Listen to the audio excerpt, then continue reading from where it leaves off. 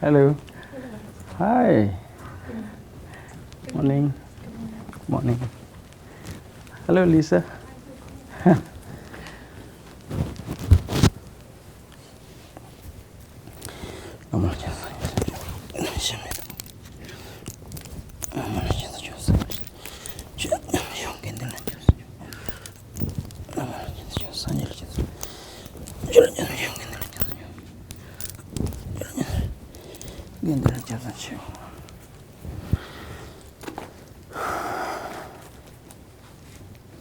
Oh, please have a seat.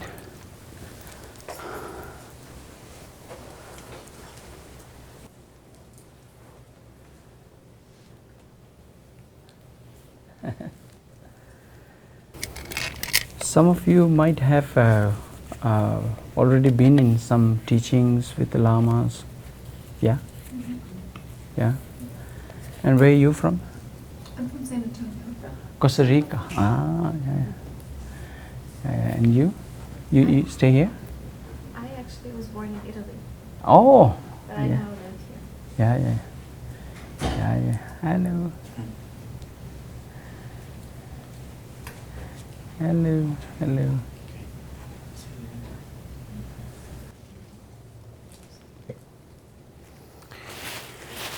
Okay.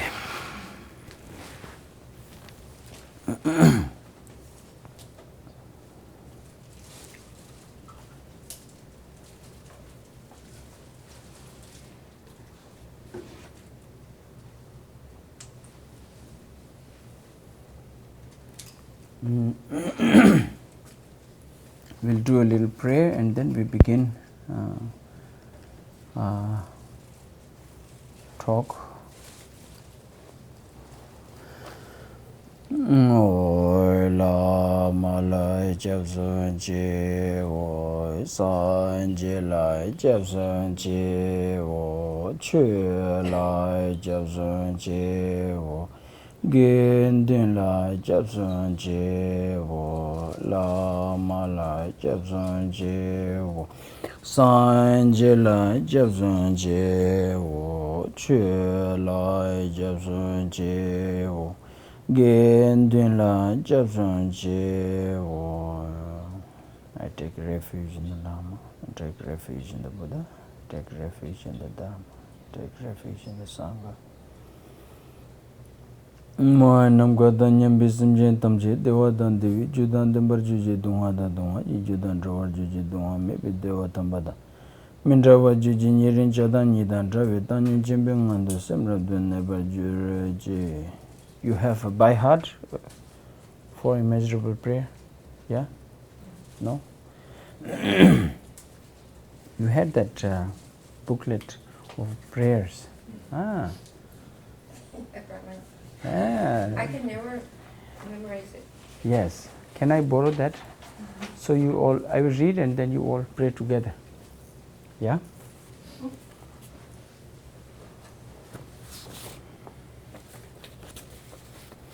May all sentient beings obtain happiness and the causes of happiness. May they all be free of suffering and the causes of suffering. May they not be separate from the bliss that is without suffering. May they dwell in equanimity, free from hate and aversion.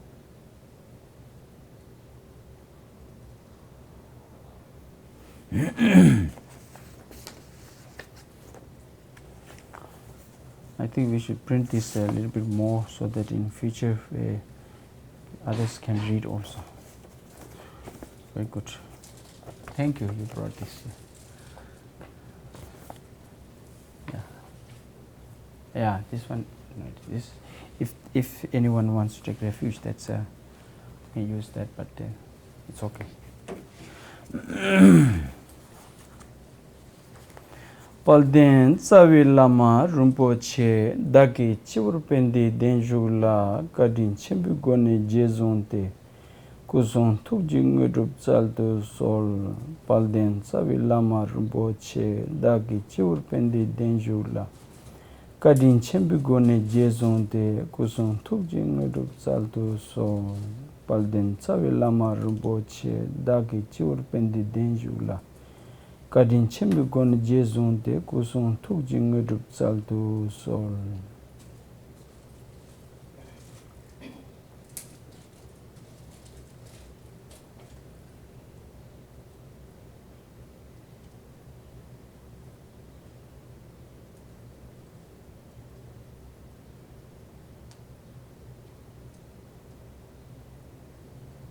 Glorious and a precious root Lama, seated on lotus and a moon seat on the crown of my head, through your great kindness, having accepted me as your disciple, please bestow upon me the enlightened accomplishments of the body, speech, and mind.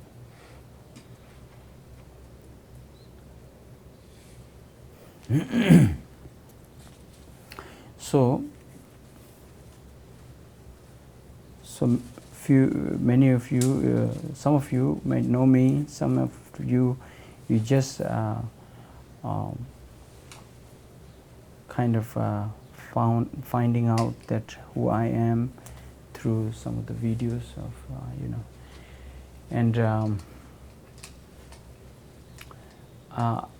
this might be my 8th or 9th time in San Antonio. 8th or 9th time. Started coming here since almost from 2001. Ever since I know Jerry Gonzalez here.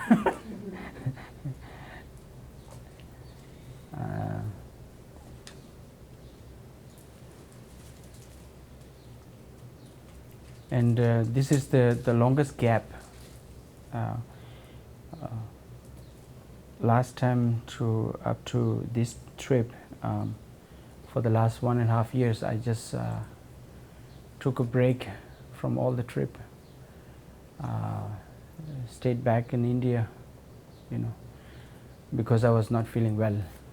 So doctor's advice to take it easy, because maybe I was running too much, too much jet lag and missing home food. Yeah, I guess.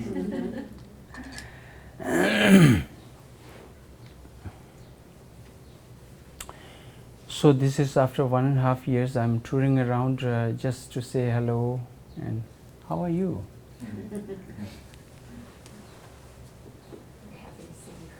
Happy to see you.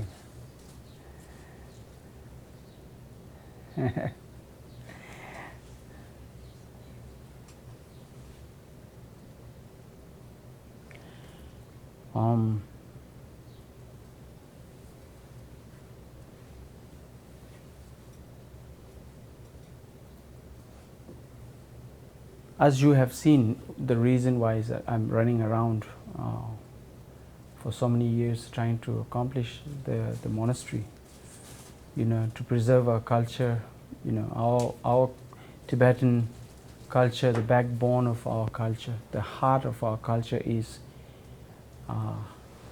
Buddha Dharma, which is basically loving kindness and compassion to all sentient beings. And that's the essential of a practice.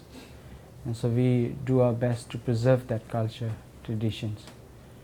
And unlike any other times, we are in great danger now, because in Tibet there are so many what do you call as pressure by Chinese, and so therefore we are really losing so many great people who are so compassionate. Lately you might have seen, there are so many self-immolations going on. Have you ever heard of it? Yeah, in the news. They're burning themselves. Many monks and nuns. Almost now is more than 30 people have done this. They're not doing it just because they're just, they like to show up or anything like that. They would never take such a heinous step as being a Tibetan, and especially being in that kind of a culture, would never take that step, because you have left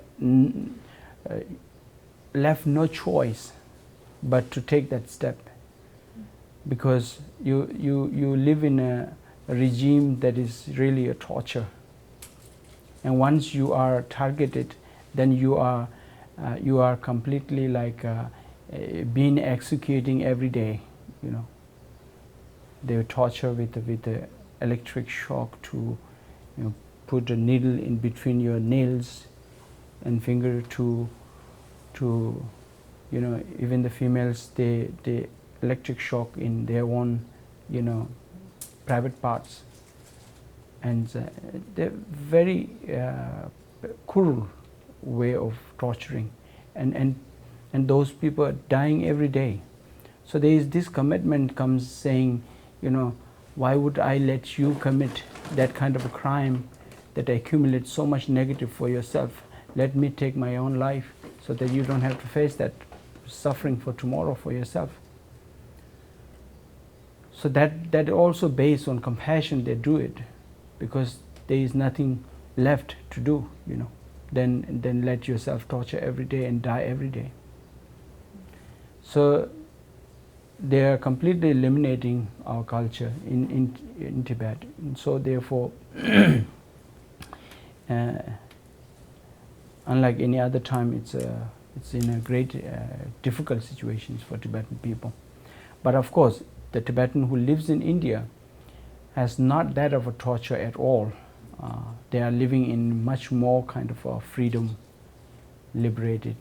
India is being very kind to us, very generous to us, to give us refuge, and also, you know, give us a land where we can exile and live and cultivate and things like that. And you have full freedom to practice your religious or your spiritual, your traditions, you know. So today somehow, you know, this trip I actually made it as a you know, entire world tour to say hello and thank you for supporting our, you know, cause and being there for us. And but then, you know, when you are already here, then you really do your best to give your time to them, because then, you know, they expect to give some teachings and so on and so forth. So I look at myself, and I'm not that of a bad sick person that I could not talk. So I said, okay, that's okay, will do. So we had a very nice program in Miami. I just finished that and came, and so I'm here in San Antonio. I have a long way to go now.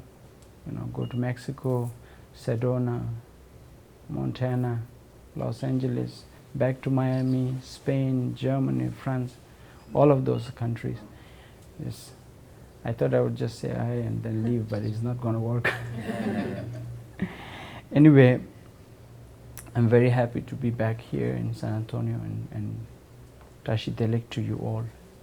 As you all, you know, contribute. This country is really been the most generous country for the Tibetan cause, you know. From the day one, I remember from very young age, I always remember in this country is a flag that, you know,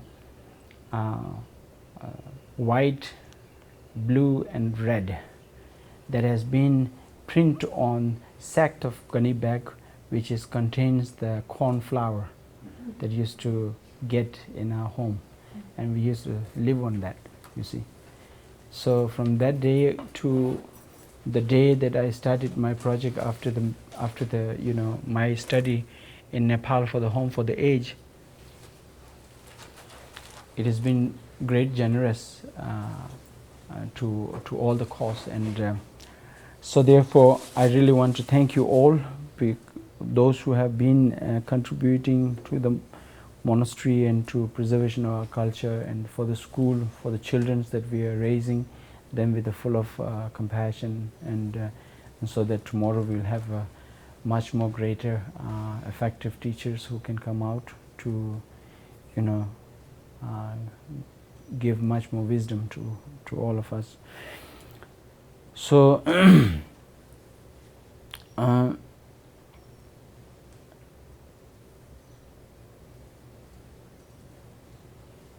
thank you all for being those who have been part of it. I would really, from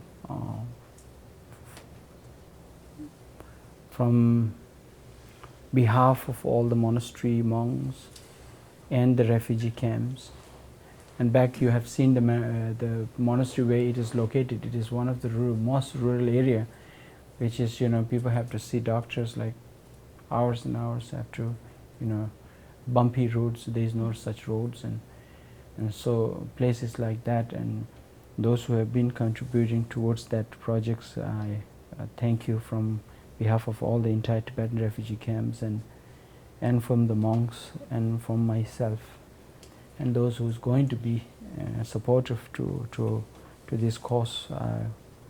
We always will keep you all in a prayer, and so that as you all wish for our well-being, we pray that you have a long and healthy, prosperous life. So, I actually have no idea what we are going to do today.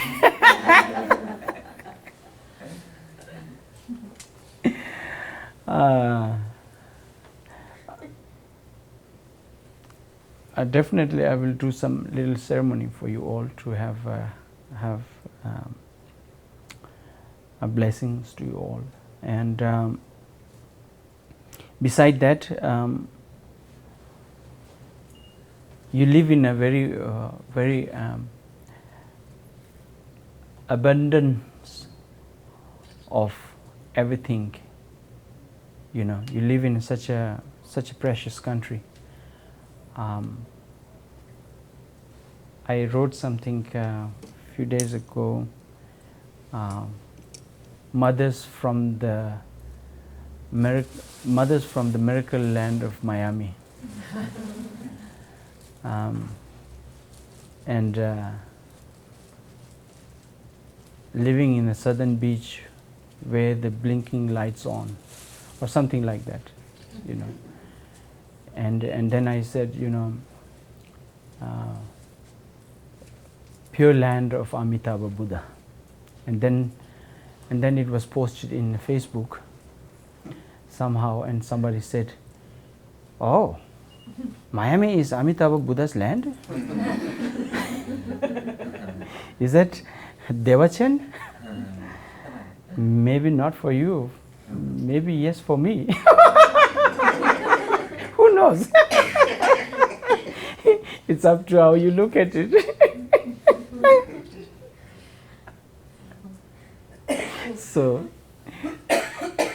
So everything is dependent. Yeah.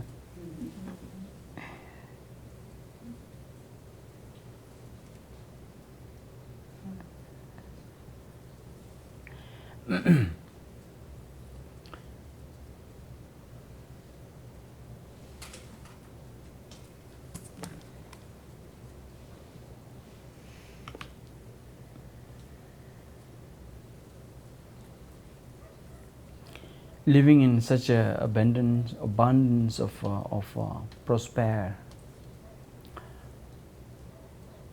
life, that uncomparable, precious, uncomparable, abundance, compared to countless beings, numberless beings out there. It is really uncomparable, the precious life that we have. And so I always tell people, you really don't have to have a psychic to tell you who you were before and who you are going to be next. You will not find many Tibetan lamas going to psychic. Really. The reason why is because we really don't need to know. We already know. We are so lucky. We are so fortunate. I might have done something incredibly accumulated great merit to be able to reborn as such a form of life. I don't have to assure by anyone. I know I'm very fortunate. And plus, in order to hear the loving kindness, compassion, Buddha nature, limitless possibilities. I'm so fortunate. The Buddha's names are completely not vanished from this world. There are still many, many compassionate bodhisattvas are wandering around giving teachings of a Buddha Dharma, still existing on this earth. I am so fortunate. I am so fortunate by meeting my own Lama that made me who I am today. That if there is some kind of little generosity that grows in my heart, some kind of compassion in my heart, that is all given the blessing by him. So I am so fortunate. I cannot compare myself to anything else. So therefore, not only me, but every one of you are very fortunate. I always give this example, Texas is the biggest state, I believe, yeah, and everybody is second biggest state, yeah, okay, and I see all Texas are quite big. I'm just kidding.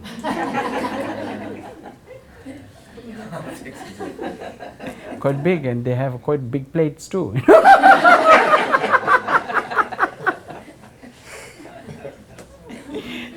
And that assures me they live in quite an abundant way, It's very fortunate, yeah. But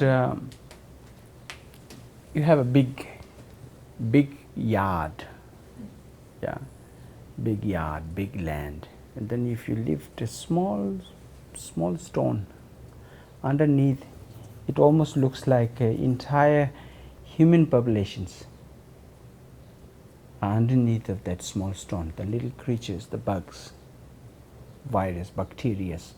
You need a microscope to look. Then you compare entire world on the earth, inside the earth, numberless beings.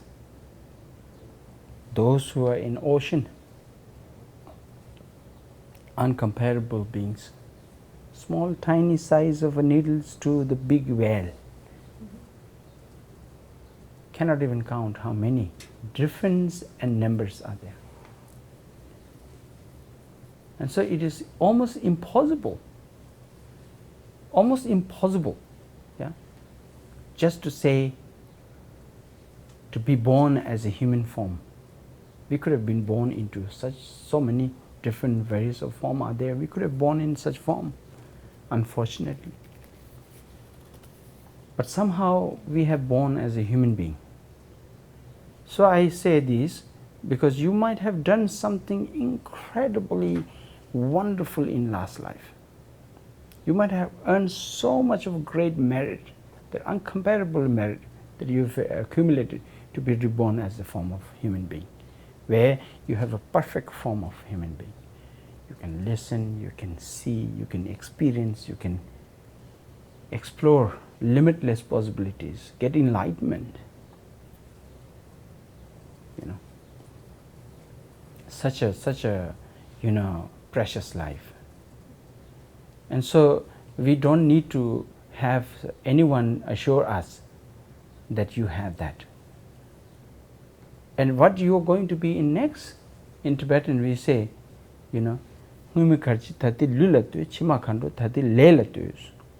what you are going to be next? Watch out your action.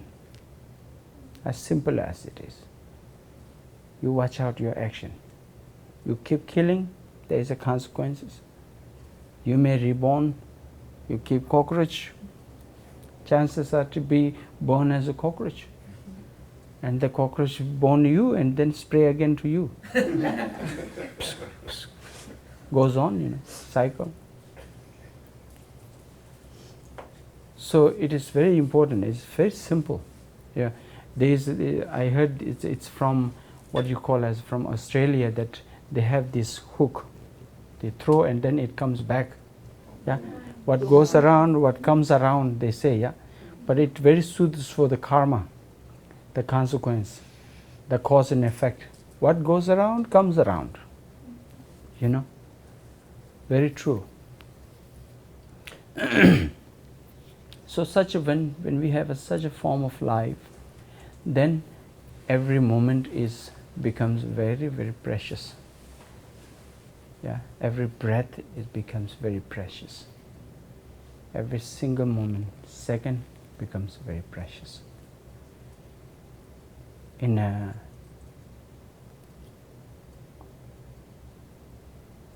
Tibetan Buddhism, the main fundamental practice is to generate compassion. And generating compassion is not only for oneself, but realizing that every sentient being, not only oneself, but every sentient being is in that situation where you are. And so it is very important, it becomes very important for us, we may not able to get into someone's mind. Yeah, I cannot enter in your body and to say, oh, now I understand. It is almost impossible. So in order to understand, we need to look at within oneself, because everything, every feeling, every organ to the body, every way is a dictate from myself to you. Yeah, it's almost like a projection of myself.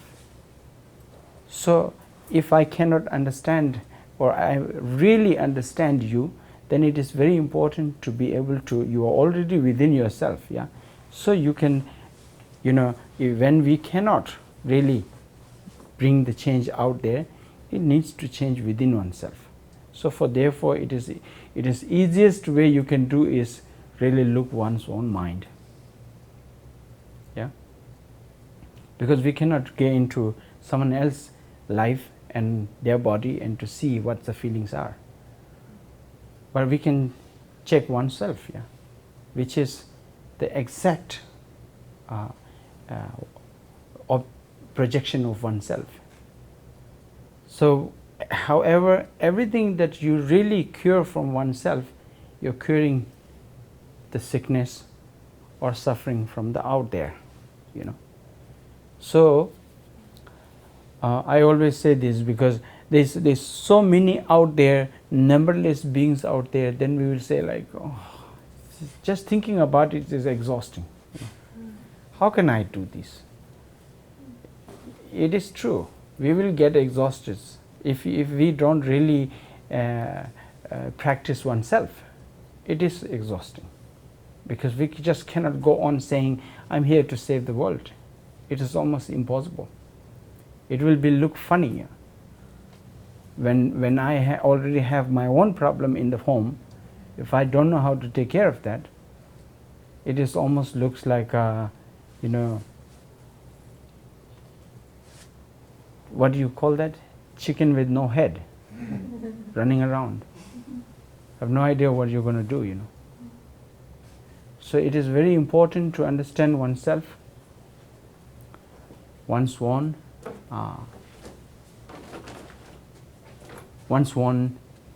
thinking, thoughts.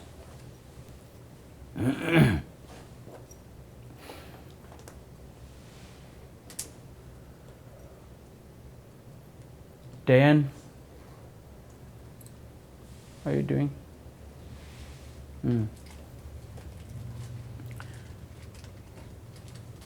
Don't cry too much.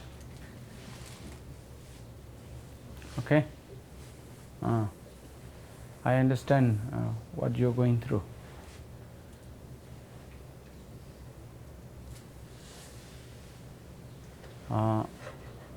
Life is unpredictable to anyone. The one who have born, there is a death. That is definitely guarantee. The lotto jackpots are not guarantee, yeah? But this one is guarantee for us. We all will face, yeah, sooner or later. Maybe we live 10 more years, or 20 more years, or 30 more years, maybe maximum 40 more years, 50 more years. But it is guaranteed that there is an end for all of us. So don't make yourself too exhausted on that, because your mom may not like to see you in that position, right? Because they always wish us the best. Their prayer, their desire is only one single thing, and that is our well-being and our happiness. You know, so it is almost becomes like we cannot be so selfish by crying, though, yeah, saying I am miserable, because that itself creates the vibration of what we call as a emotional vibrate that brings pain for those who have been wished throughout many lifetimes, and it affects everyone. So we cannot be too emotional, yeah, and that's why in Tibetan we say we cannot be dumb compassion. We have to be a wise compassionate one. You know, if for instance, someone who really does something stupidity, and by his ignorant, I have to take it in a way that I would not let him accumulate furthermore karma for himself. Yeah, so therefore I cannot react too strongly on that. I have to look at it in a little bit furthermore, where he cannot look. You see, so it is like a back and forth. Yeah, it's not always me. It's always about someone else, and then it reacts back to you. You know, so there is one mother who is so worried about her child who is drinker, drinks a lot,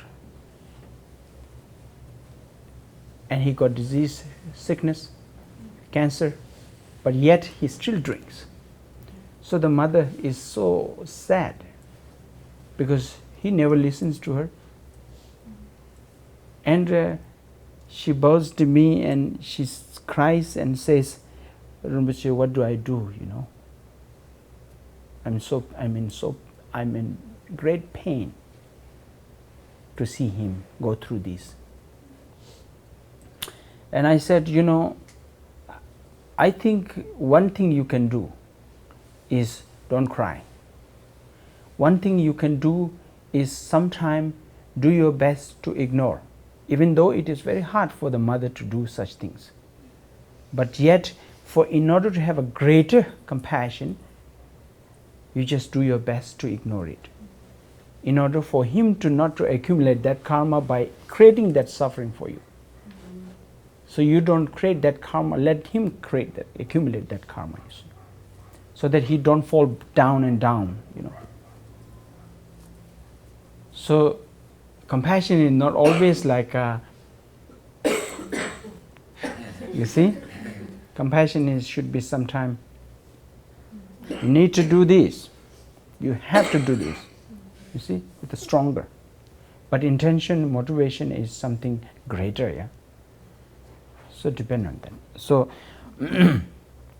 so ones who have passed through from this life, it is says that if the loved ones cries with the shades of tears a lot, then it for the being who have, you know, so attached to us, it becomes harder for their journey.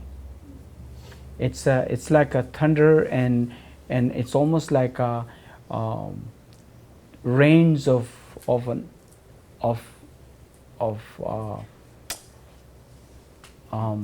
weapons that will chop them off.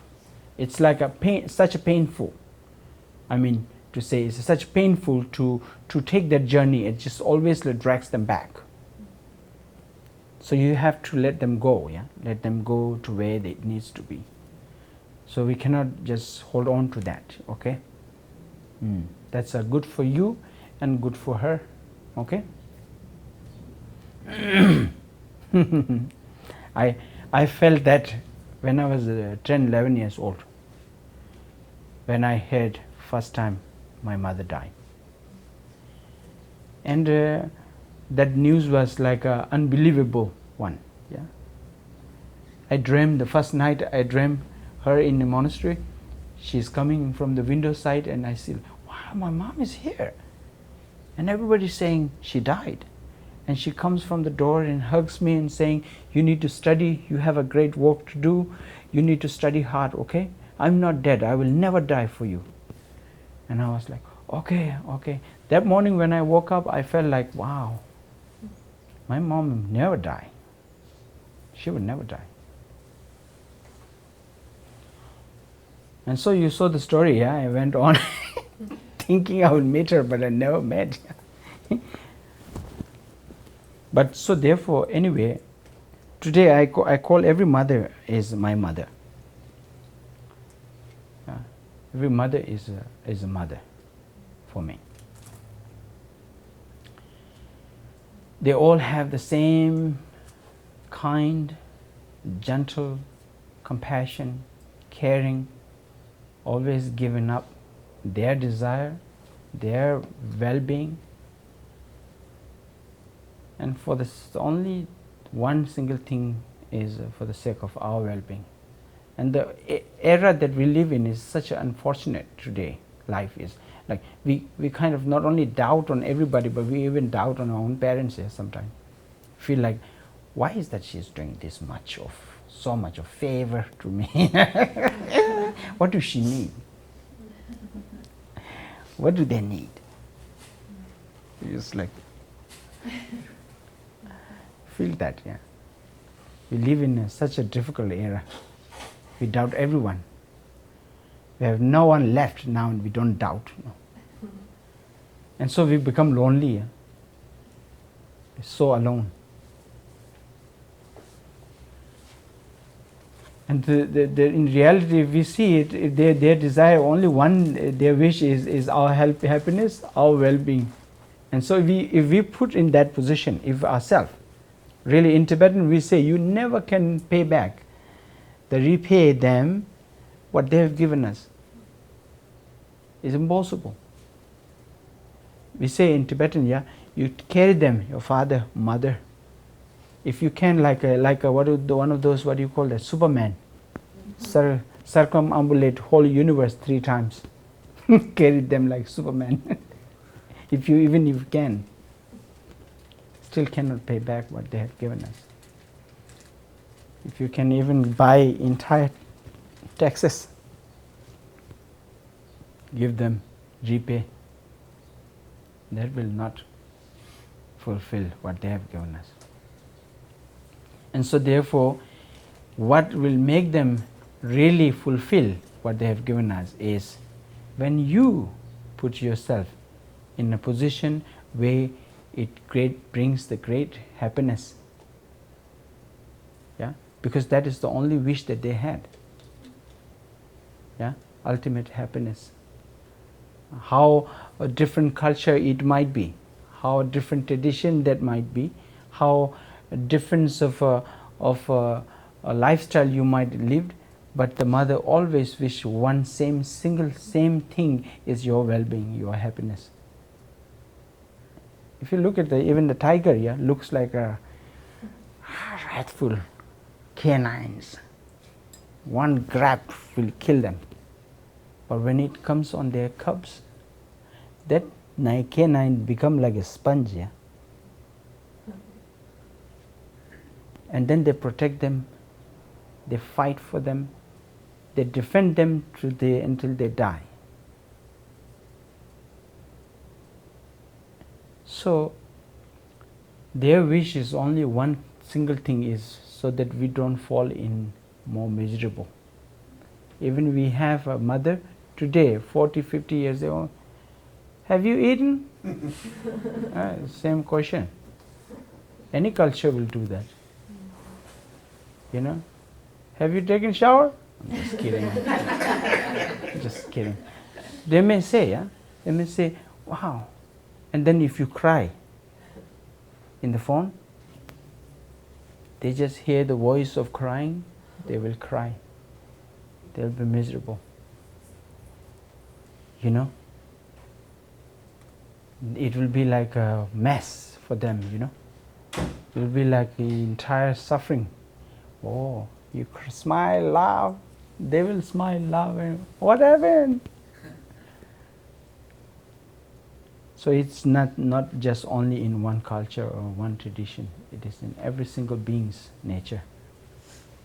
And so therefore in Tibetan we say, all the mother beings, there is not single beings are, are not being relate to us. They all been one way or another, always been related to us from many, many lifetimes. Either they have been our father, mother, brother, sisters, friends, uncles, aunts, so protective of us, and even considered to be enemies. Even in those times also they taught us how to be patient, tolerance, being great teachers. So there is no single beings not have been so kind to us. So it becomes our responsibility today, being born as a human being, and so therefore we need to play our role, to be active, not just saying I'm single person, I'm not a millionaire, I am so and so, I cannot do so many things.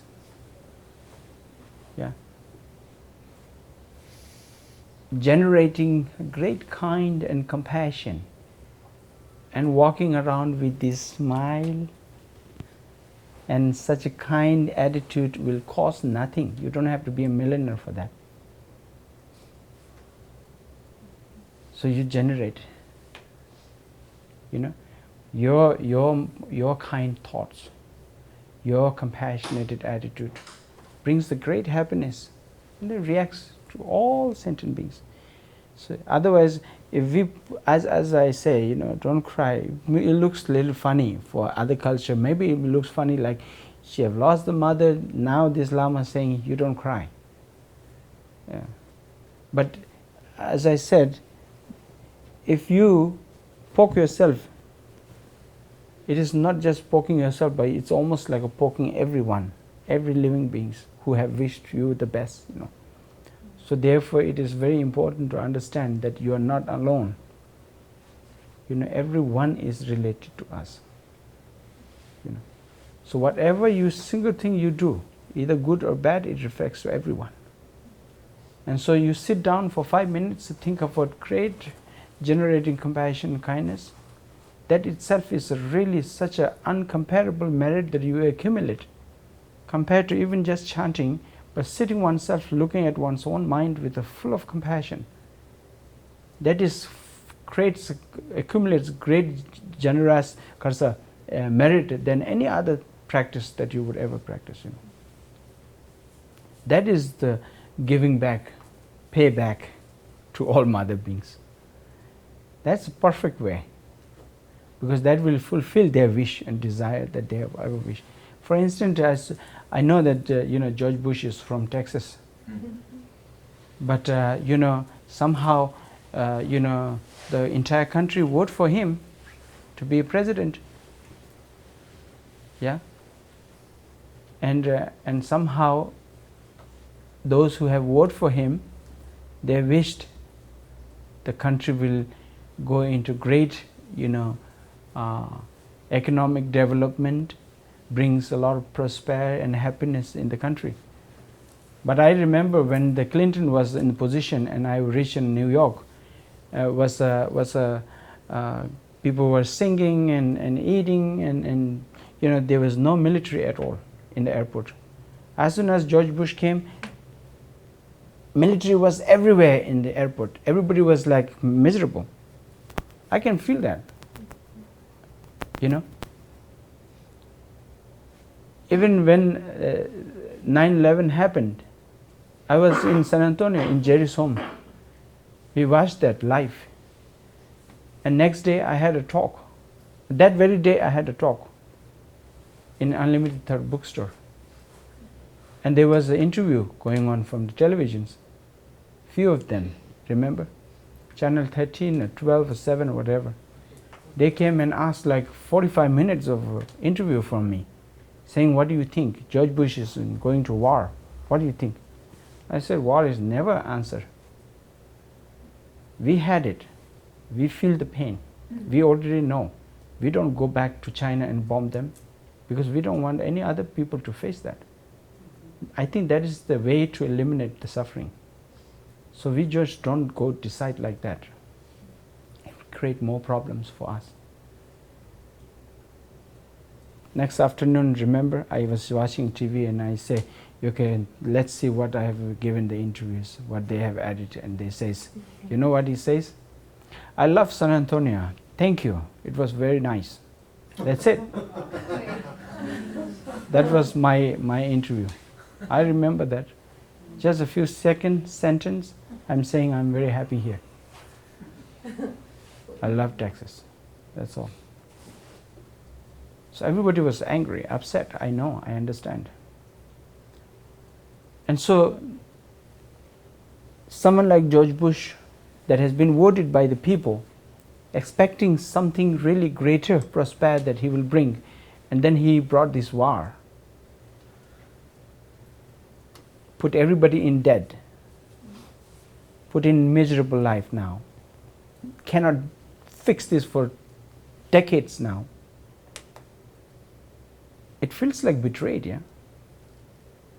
This leader comes up, says something very beautiful and then does something very, very, different than what they talk about. And now we have this situation. Many generations have to face it. Many countries will hate them. So it is almost feels like a betrayed. We are all like a George Bush today. We have been voted by every single sentient beings have put their effort, wished, prayed. The prayer has been answered. We have been born as a human being now. Now it's up to us whether we really want to take that responsibility to act in a good way to benefit all sentient beings, or we just want to waste it, ignore it, and just forget about it and create much more disaster, much more of problems. And so every single thing that we do in our life, nobody is responsible but ourselves. Yeah? Nobody is going to share that. Every single thing. So it is very important to understand that we are in a great responsibilities being born as a human being. So we have to really take it very serious in this lifetime. You can be like Hitler, yeah. You can be like those great Maras who are being so distracted, destroyed all the good things in the world, or you want to be like Buddha and Jesus, who look upon, who today even does not know by anyone, but they like to have a statue of Buddha in every house.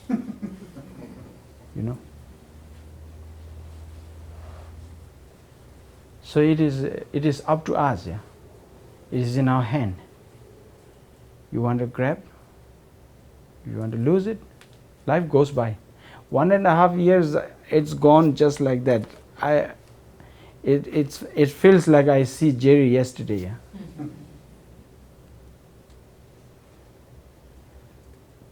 So it is really slips by, just vanishes. And 10 years will go like that, like overnight.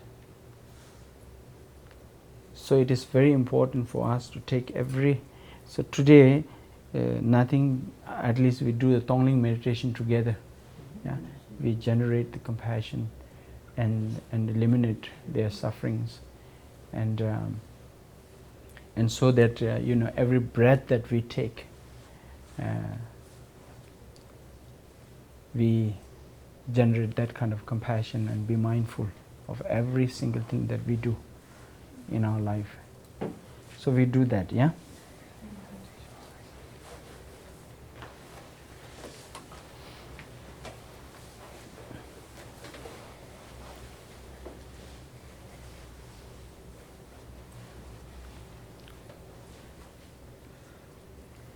Some of you might not have Kelly John Clark have already introduced himself, I guess, before I come, kind of, yeah. Kelly John Clark is my student, and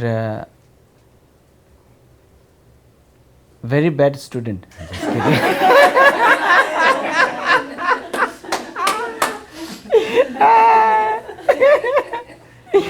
I'm just kidding.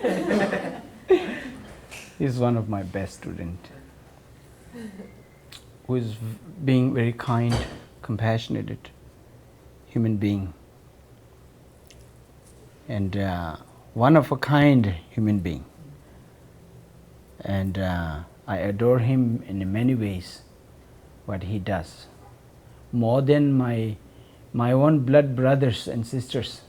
Because if you are not doing anything for the sake of anybody and just living your life, then I think I prefer those who thinks of others and consider them as my closest one. So I consider him as really very close with my disciple, my students, my friend, who is always willing to be there for the homeless people.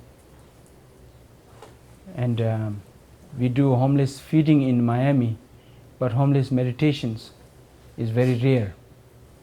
So it has been started here in San Antonio, and he's carry on that very, very, compassionate, and you get tired of doing some things that really selfless is little hard, yeah. Selfish is quite easy, but actually that should be actually hard, yeah.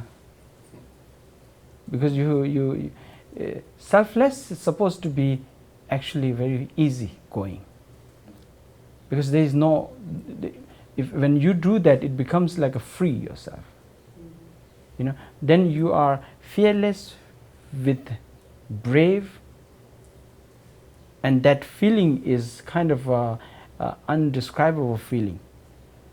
But when it comes in selfish, then you supposed to have kind of what you call as a fear, embarrassment, all of those things, because you're only asking of oneself, and not only you're asking oneself or one single thing, but you're asking a lot.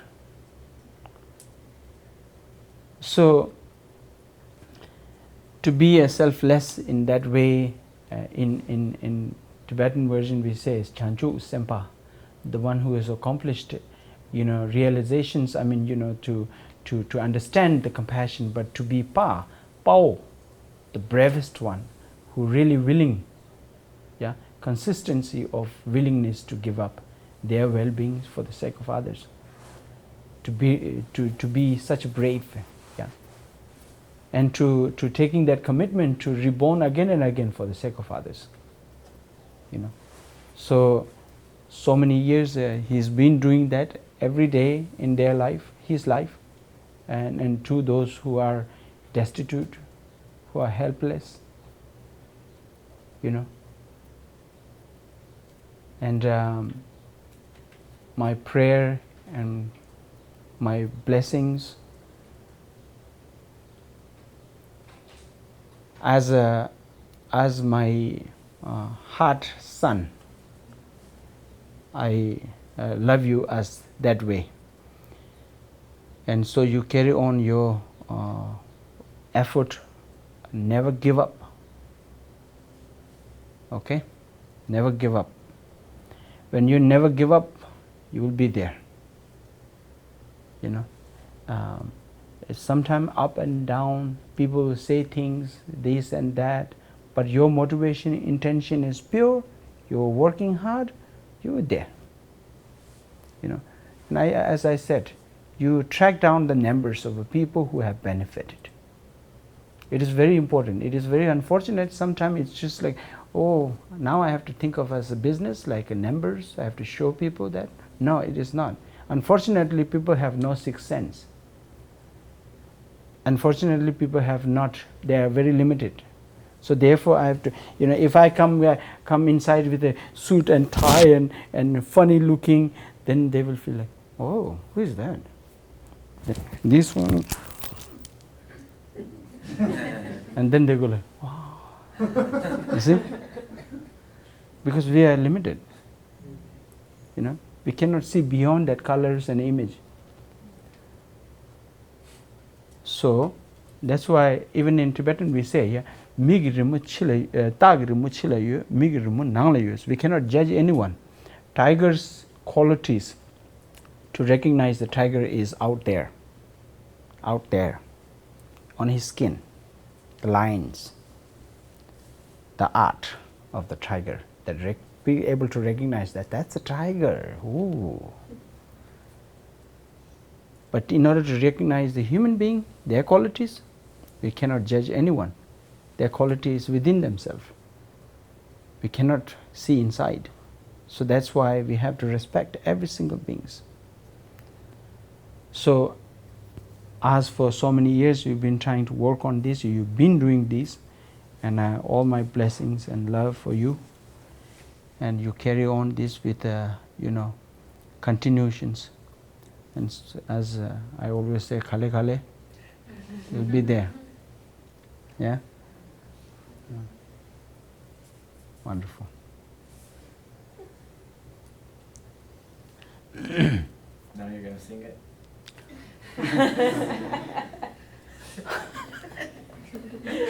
I'm just playing. That's why I say he's a bad boy. Anyway, I thank you for doing such things. Yeah,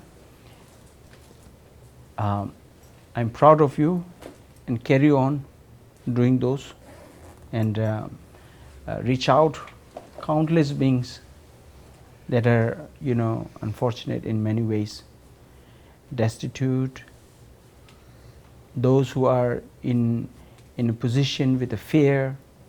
You give some strength to them, and you don't have to have so many of record of what we call as some medias and flashy things. Your effort continues like that, it pops up, yeah? So, naturally. And so,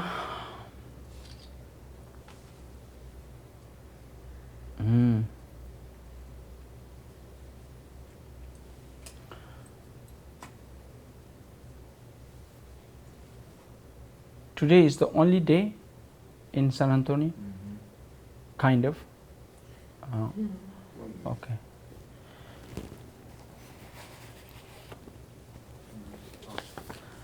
I wrote a prayer that I share with you all, and so maybe Jerry can print this in the future and pass it to you all, or maybe he can send you through emails.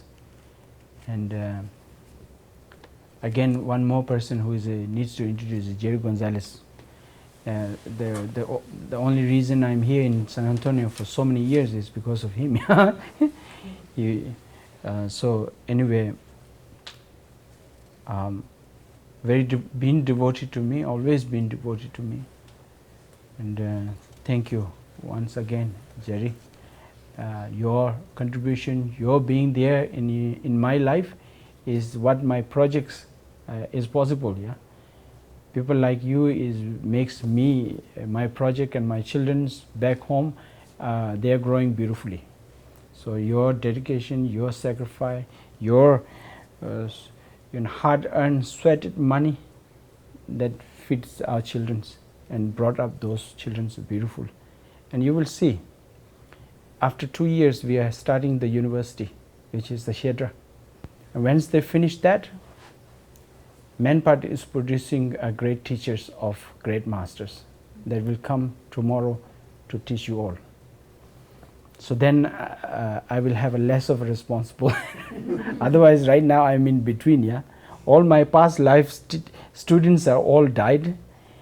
My new generations, who I'm feeding and bringing them up to do the job for preservation of Dharma, they're still young. So I'm in between. I'm running like crazy.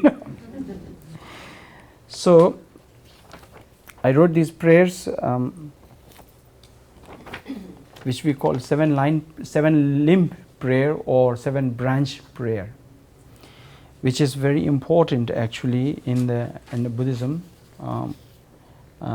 to have this practice in order to really in daily routines of one's own practice, to do that practice. And do that prayer and do that practice through body, speech and mind as offering prostrations and offering things to the higher, or in the altars, and in order to accumulate merit, furthermore merit that will able to make much more possibilities of do a greater jobs and not have a lot of obstacles.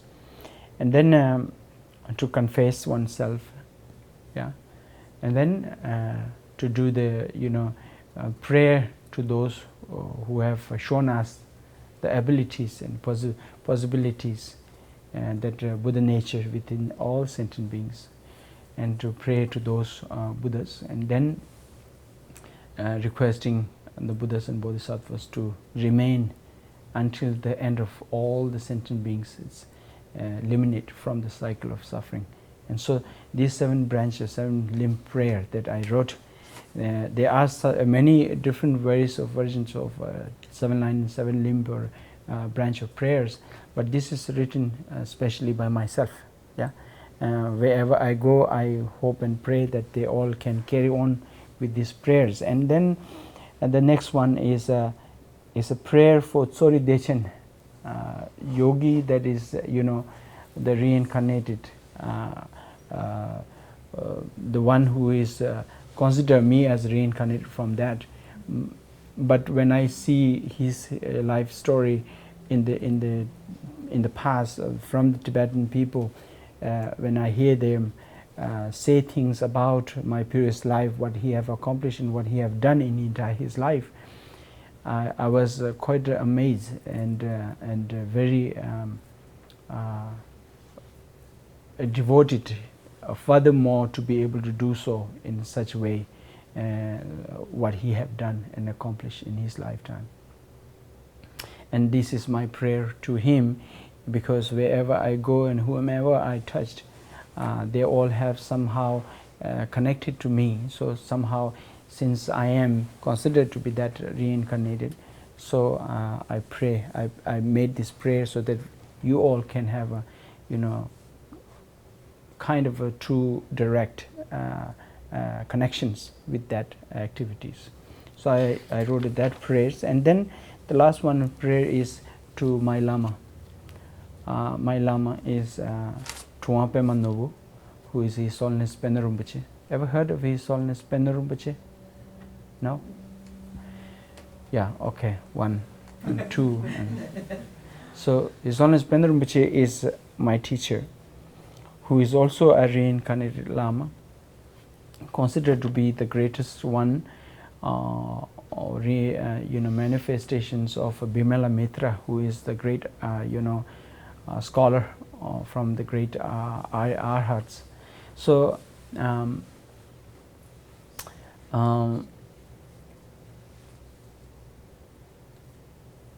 when we lost our country in 59, many Tibetans, great lamas, have scattered throughout the India, and so one of them was my teacher. And when he entered into refugee camps, he immediately said, I don't want to waste time. I just want to rebuild. I just want to preserve the Dharma. And what he did is he started building these huge monasteries. And he had like only few, like 10, 20 monks. And he started working hard on that land and building these huge temples. And people used to criticize, saying, look at him, you know, we don't have food to eat, and look at him, he's making this huge building for what? And then more and more people showed up. They all want to, you know, study in that monastery. And today, how many, you know, monks and nuns study in that monastery? 5,000. And one single man, my teacher, feeds them, clothes them, educates them. My teacher, my Lama, my everything, he passed away in 2009. Last few years back. 2010, I'm sorry, 2010. So I am raised under his care, and he is my everything, you know, who has been so kind to me, who have shown me the abilities, who have shown me the possibilities, limitless possibilities that human carries. And every breath that I take, I owe to him. And whatever I'm doing, trying to do today, I really compare to what he have done in his lifetime. I cannot really compare at all. It's just a small part of my service to him. And without him, I would be Wonder Man, a madman, really, you know.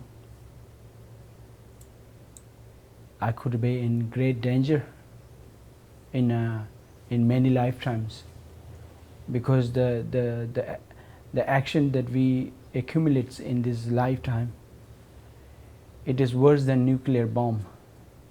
Nuclear and guns can kill you just one time. It cannot kill you next life. But the things that we do, accumulate merit by killing other sentient beings, you put danger in many lifetimes of yourself. You kill your all entire future lives. So how kind he must be to put me in right direction. So so I wrote this prayer to him, whoever I get in touch with, so that they all can have a connection to him.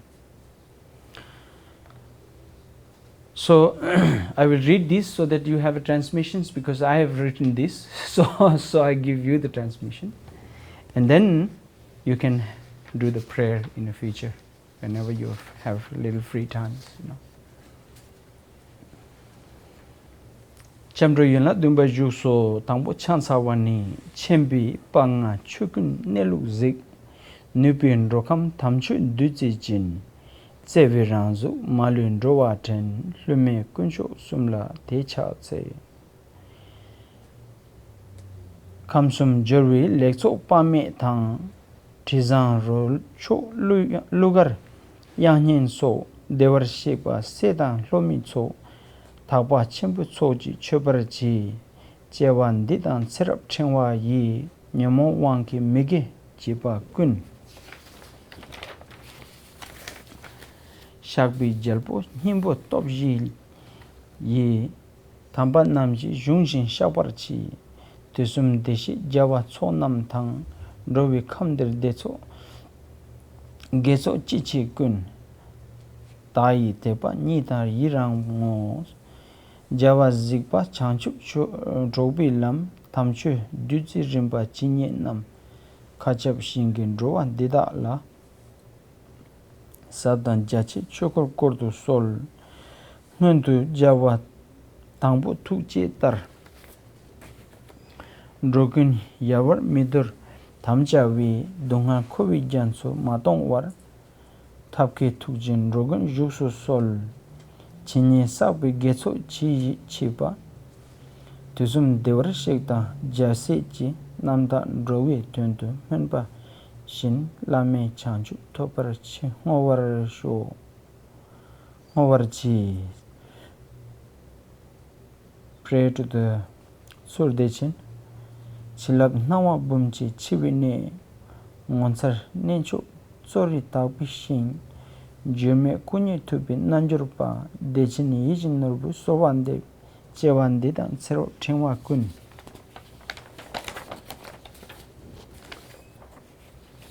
Gombo che dan namya mendra shin kusum tuji ngurup malipa daja gosum membra chinje lo ngedun chuku nyinshin sulzungwa lungni ne la kebe drenda tral chenle chome lujen kunla zik tagbi gombo che la tsungpar sho.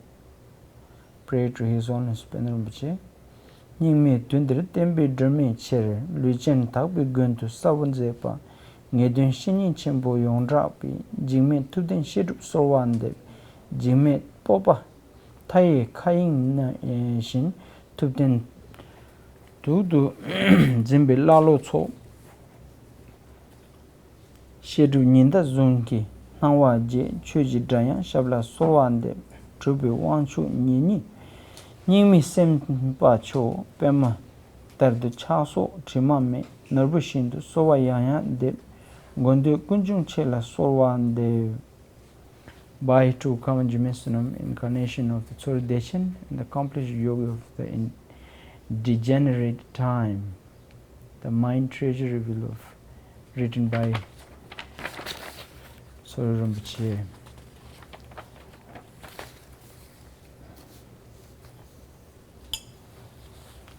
So, first 4 line, Chempe Panga Chukun Neluk Zig Nipi Drokam Tamchu Duzichin Sebi Ranzu Malu Drowatin Lume Kuncho Sumlang Chaze Dechaze.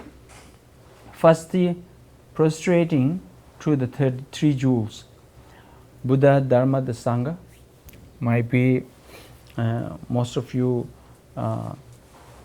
know about the taking refuge, yeah, as considerably taking refuge, and especially in this part of 7 branch prayer or 7 limb prayer, you create a small altar in your home.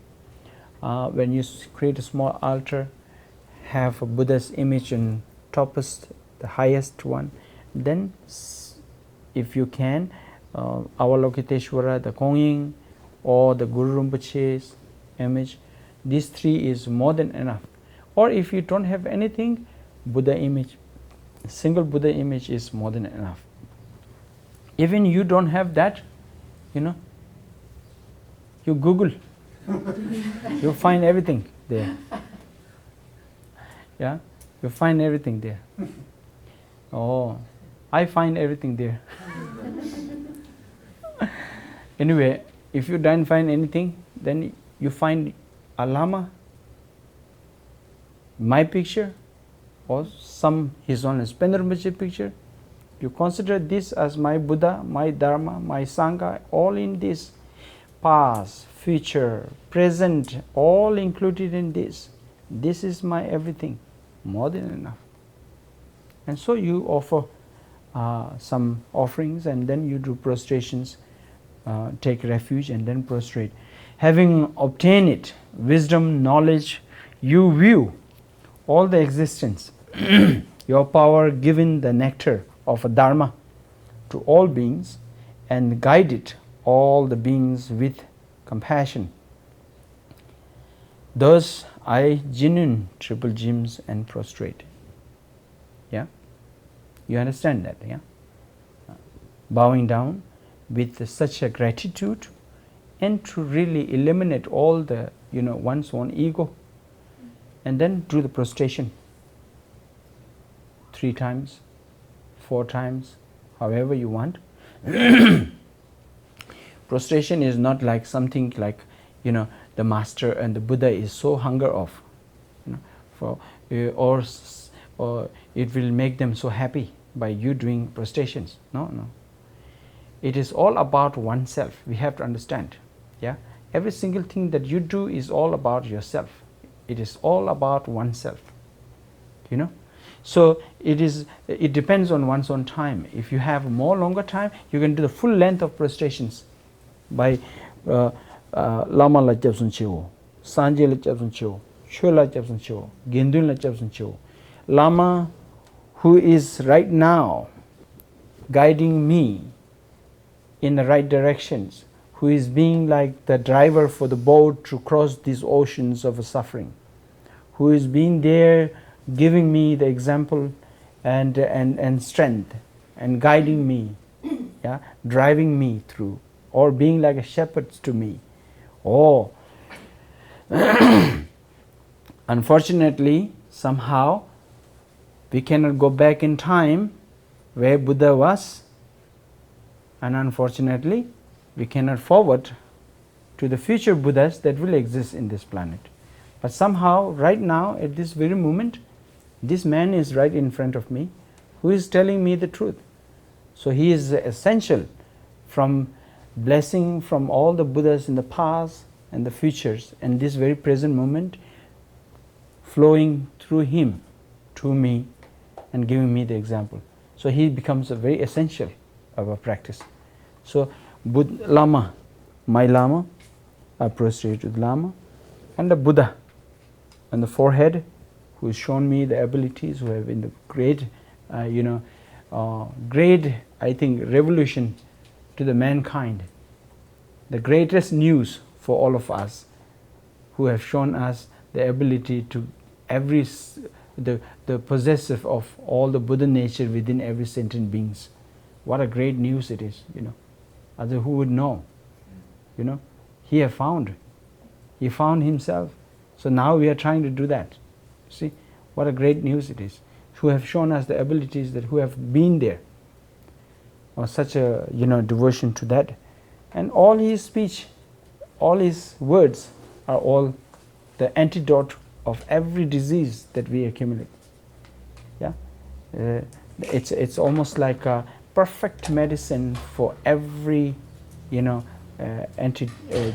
root cause of all the sufferings. Dharma.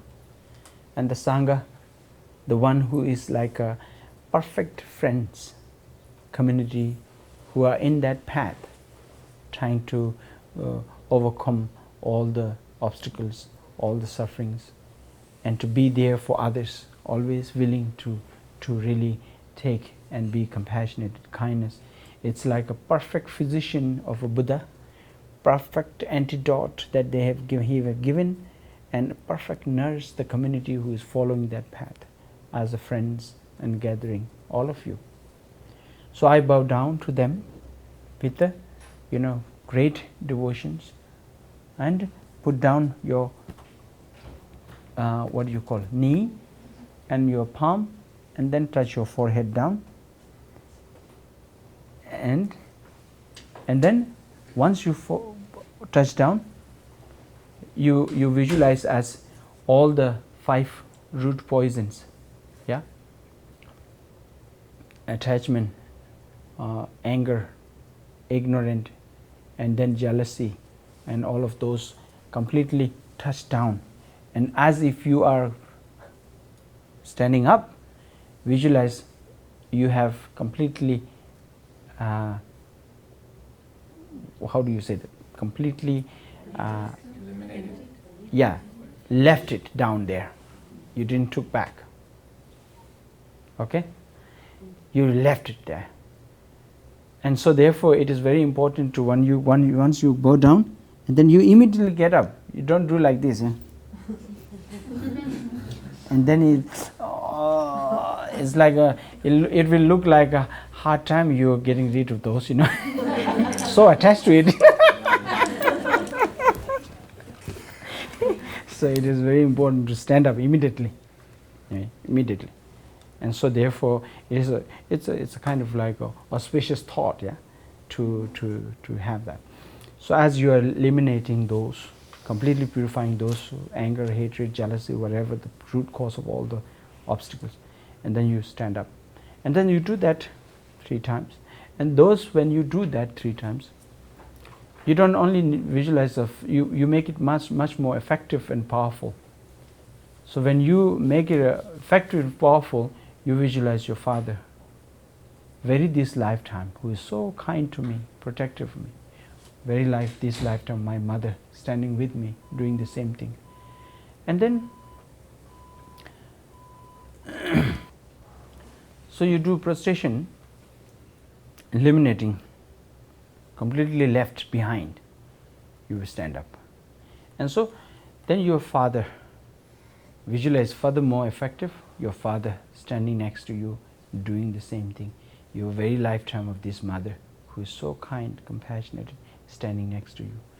These two, one is very protective, one is very compassionate, and they both are so, effectively they are standing with me, willing to purify themselves, bowing down, eliminating all those things, negativities. And then behind you, countless mother beings, and you can project them as yourself. You can visualize as yourself. It is easy to look, manifest, visualize yourself countless. It is little difficult to think about someone else, but it's easy to think. As you go into a mirror house, hundreds of them look like you. So think like that. Behind me, countless, numberless are behind me, doing the same thing and same time, and making it so effective and powerful. Not only I am purifying today, but I am eliminating all the sentient beings, their negativities also. So you do that 3 or 4 times of prostrations, and to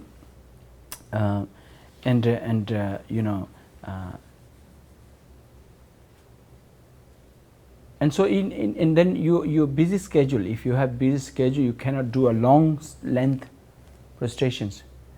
You know how to do the long length prostrations? You know? Can you do one here? Yeah.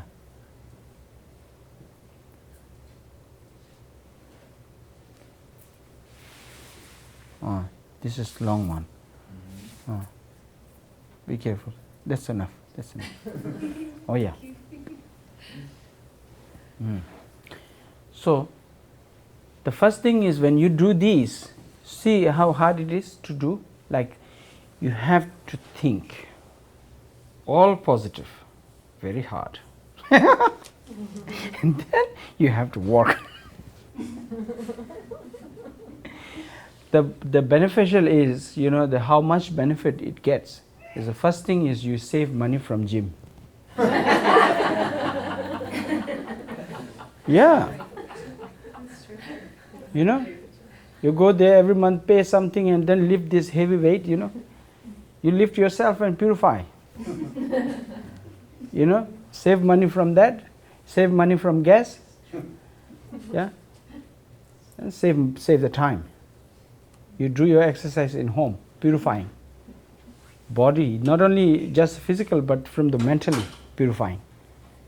Exercise of mental. So first thing is you purify.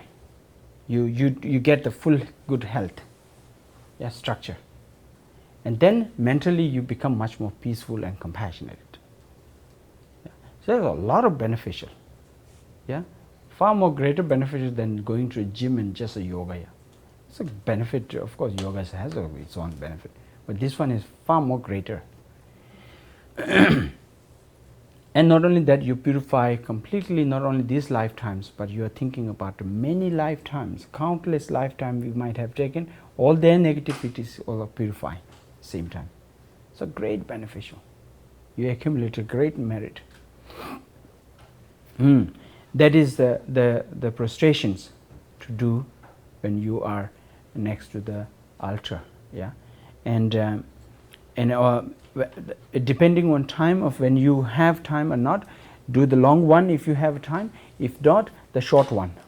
Short one is just kneel down and then bow down.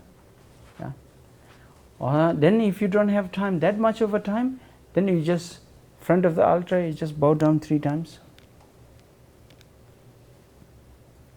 And even that is also, you don't have it just one time. Yeah. But all of those things to teach oneself are gratitude. Yeah. Eliminating that ego, that pride, that we always say, I know. You know, when we say that, we really don't know. You know, when we say that, definitely we have to look back and think one more time. Do I really know this? It is very important, yeah. So, just do it for the sake of oneself. For nobody but oneself, you know. Just do it. Eliminate this pride, ego, all of those things. Just lift it there, leave it there, and then raised up with such a gratitude, such a kind and humble to all sentient beings, you know. So that way, it is one way to accumulate the merit and to purify oneself, and the first thing you do. Now second is making offerings. Kamsum jori lekso pangme tan tizan rocho luyang yang nyen so devar shikpa sedan lomi tso takpa chenpu tsochi chebara chui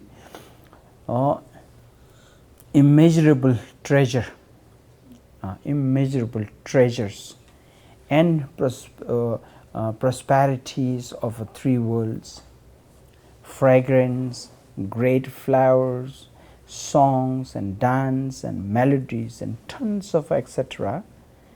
to the Buddha and Bodhisattvas and all his disciples. With the pure offerings, I make these offerings to you all. So therefore, the reason why you do that is not because the Buddha, Dharma, Sangha and all of his disciples of Bodhisattvas and all the goddess, you offer these things to them not because they are hunger, not because they are not like you know, they are thirsty, you know. It is because to eliminate one's own habitual, yeah, in order to eliminate that, our desire, our attachments, our miserliness, to eliminate that. So therefore, habit of attachments and so therefore I'm offering everything, you know. This is very important, you know. This is very important. You need to understand there is only two ways that you will accumulate merit. There's only two ways.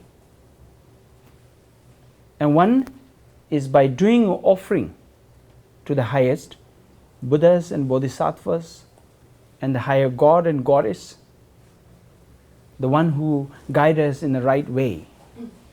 You do offering to them to accumulate the merit.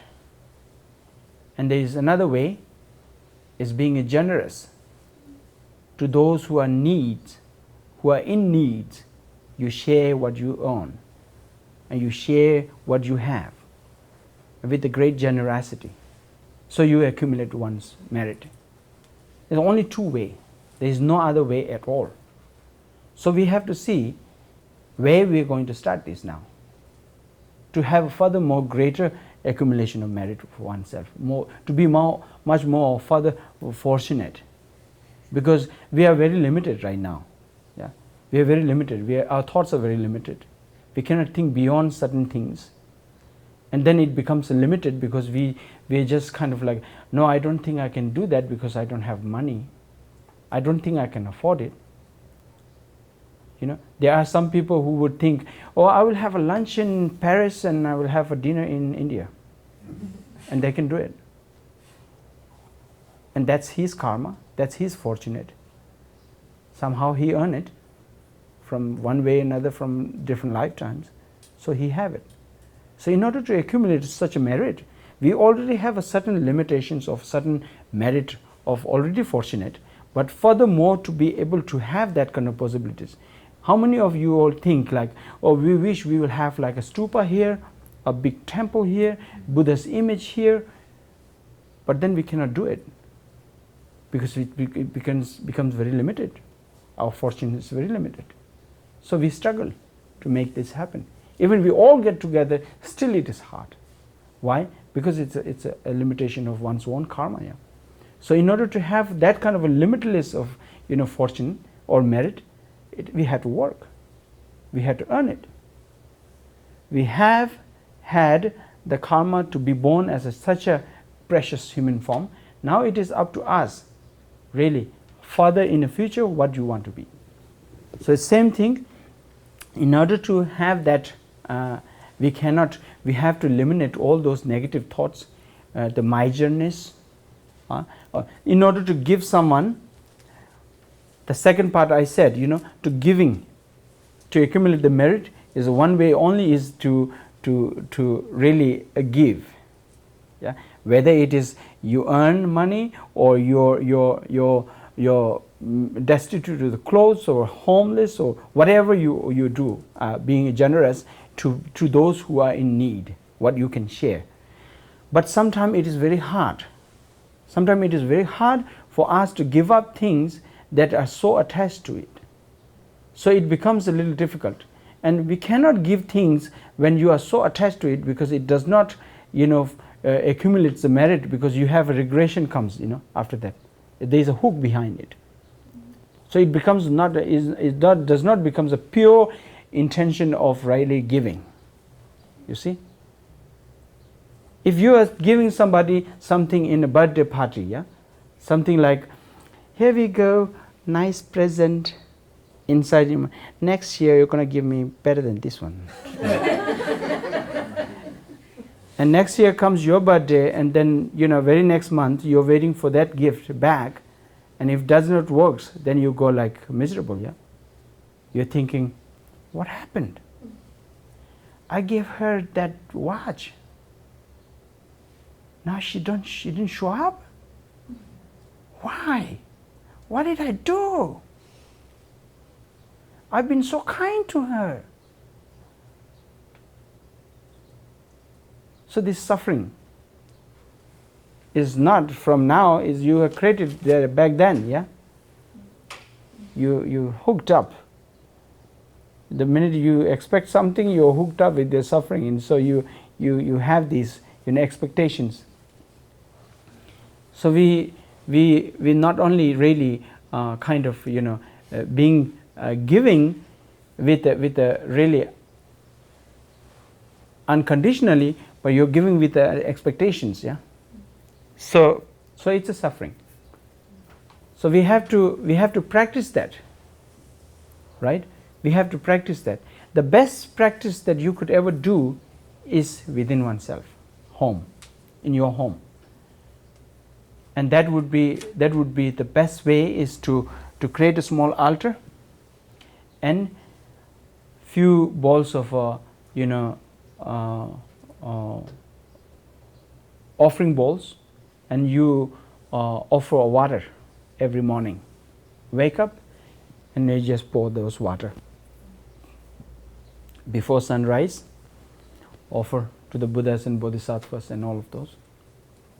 Evening before sunset, you take out that, clean up. Water is free, clean, and you won't feel that miserliness. And so you practice every day to be able to do so in the future, that you won't have a feeling or regressions that you cannot give things that makes you feel regret in the later. Yeah, that is not generosity. So it is very important to understand. So to practice a generosity or practice of complete generosity, earn the great merit, furthermore, to be fortunate, then it is important to start from the altar where you can offer.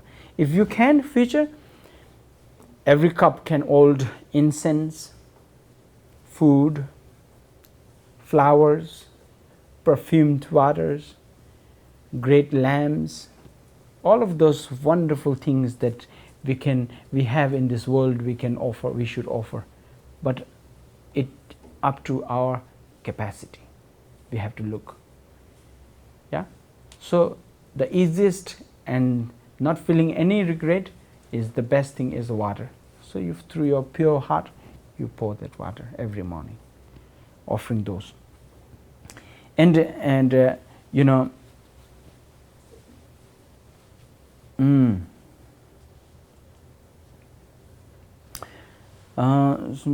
offerings on the so not to get attached. Always it is important. For instance, like you eat, drink, whatever you're taking, before you get so attached to it, you just offer it. Yeah. You see beautiful park, you feel like, oh, I wish I had one same thing like in my garden. Before you feel that, you just offer it to Buddha Dharma. Then you will not have that very strong kind of attachment. You already offer it. Your nice clothes, you offer immediately first, and then you wear it. So you create this habit of doing that good things, and so that you can be perfect in the future. Yeah. Sumpa, the third one is to, you know, confessing the negative actions. Yeah. So chewan di tan srap chingwa yi nyamong wangki mige cheba kun shakbi jalpo nyempo top ji thampa namji shunglu shakpara zö shungshin shakpara zös.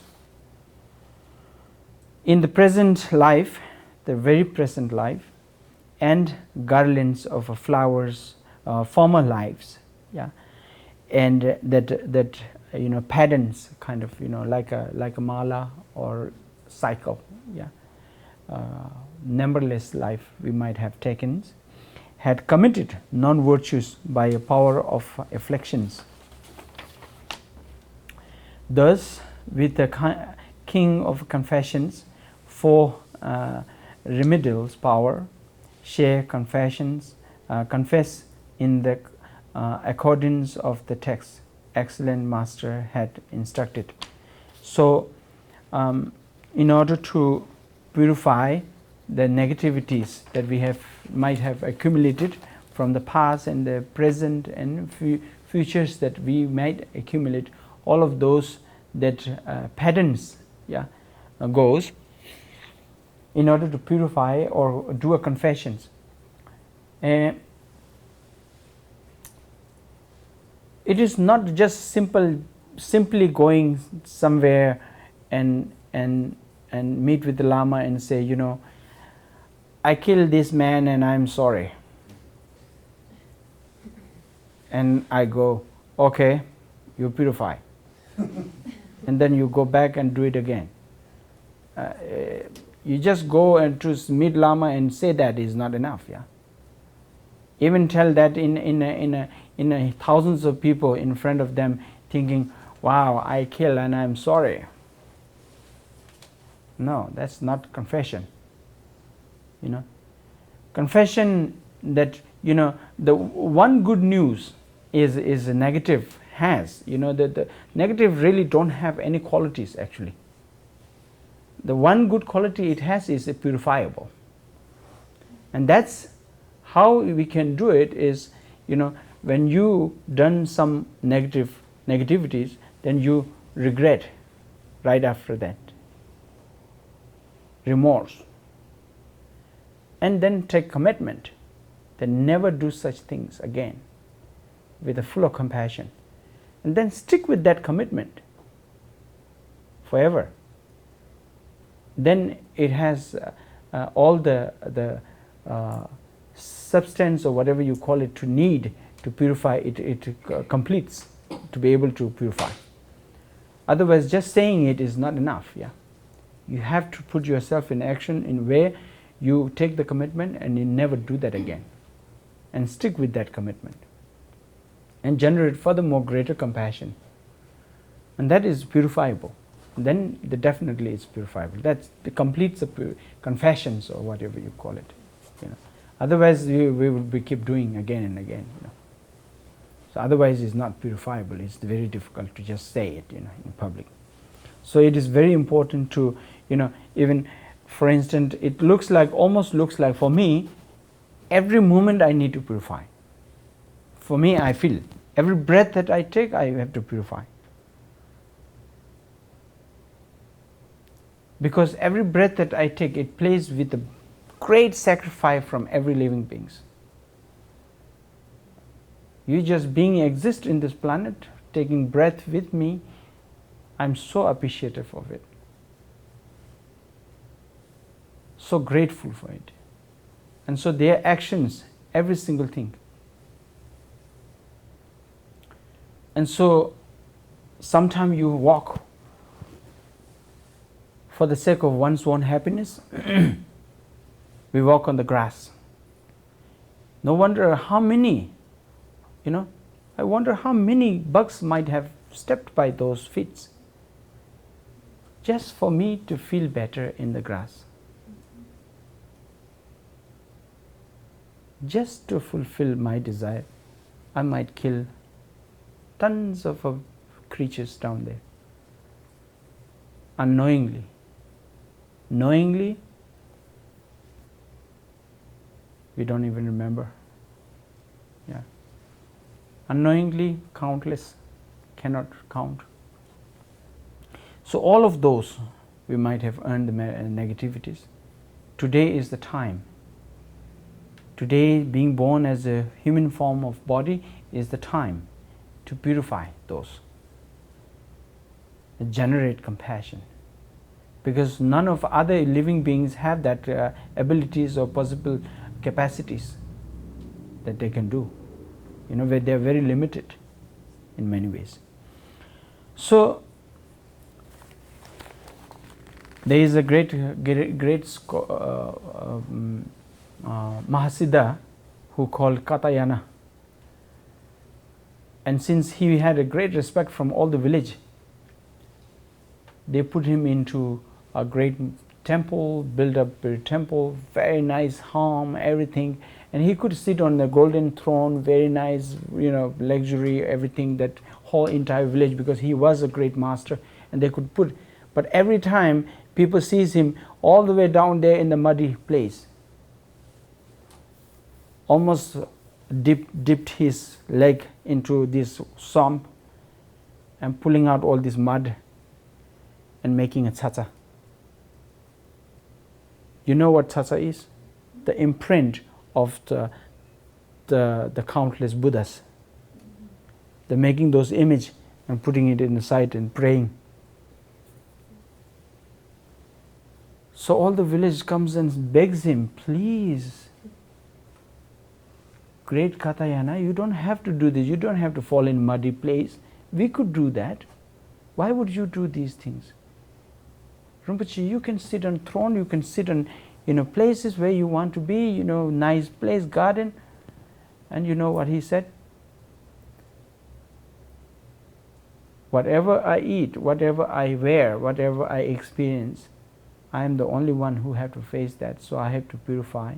I have to confess myself every moment. You cannot do that for me.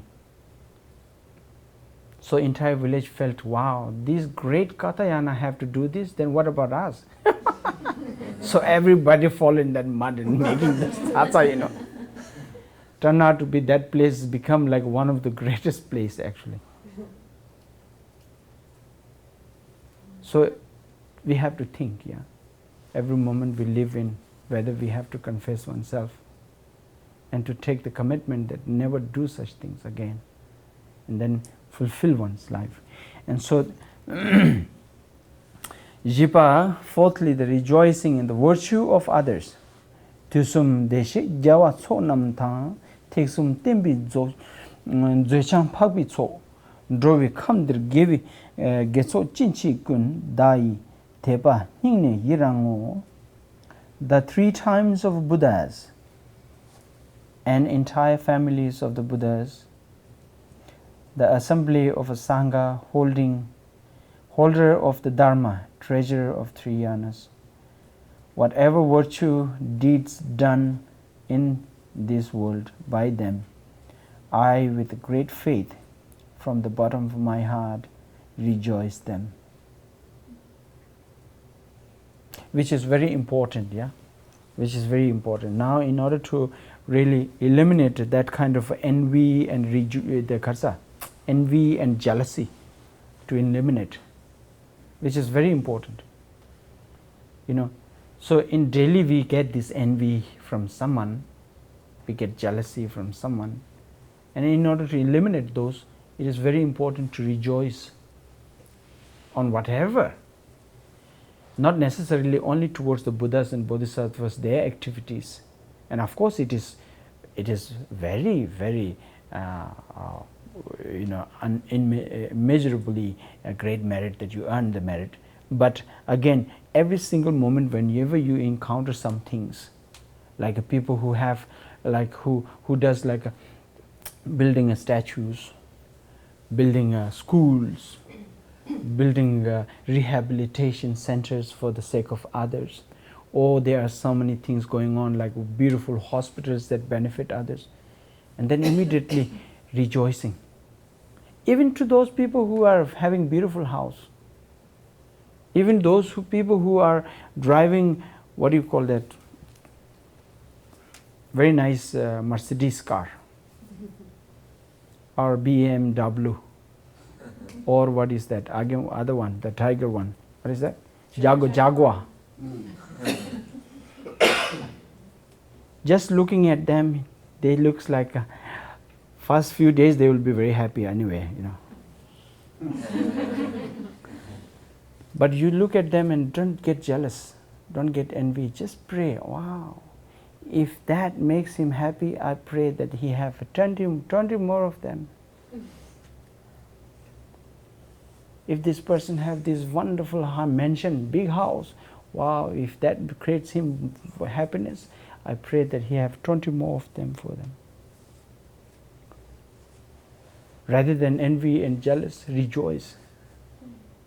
And to those who build the stupas, temples, and great, activities that are beneficial for many countless beings, rejoicing upon them by far, even not participating, just far, rejoicing upon them with the wishing to be accomplished, this one is equally merit to be you're doing the same, as equally you're building the stupa. That much of accumulation, you accumulate merit. So it is very beneficial, yeah. You have to be smarter, of course, right? We are human being. We cannot be stupid. Envy and jealousy creates disaster for oneself. Knowingly, we still do it. That's very stupid, eh? See? So there are limitless possibilities that we could accumulate merit, and so this is one of it, to rejoice upon all the Buddhas and Bodhisattvas. Wow! Those great beings, what they have done on this planet for the sake of others. Able to do so myself. And so there you are trying to, eliminate the, what you call as envy and jealousy, but rejoice upon whatever they are, Ngapa Chokokoviku is fifthly requesting to turn the Dharma wheel, Java Zigpa, Changchup Drovilam, Tamshu Dutsi Rimpa Chinyenam, Kachab Shingi Droan Didala, Saptan Jachi, Chokor Kortu Sol. Buddha viewed at that to attain the Buddhahood. There are many nectars of dharmas. So to all the sentient beings equal to the size of sky, I request to turn the wheel of a profound dharma vase, a profound vase of a dharma. So requesting the Buddhas and Bodhisattvas, Buddhas and Bodhisattvas to teach the Dharma antidote, the proper antidote for all the ignorance. And by the power of aspirations, one can develop the wisdom and understanding of profound meaning of the teachings. So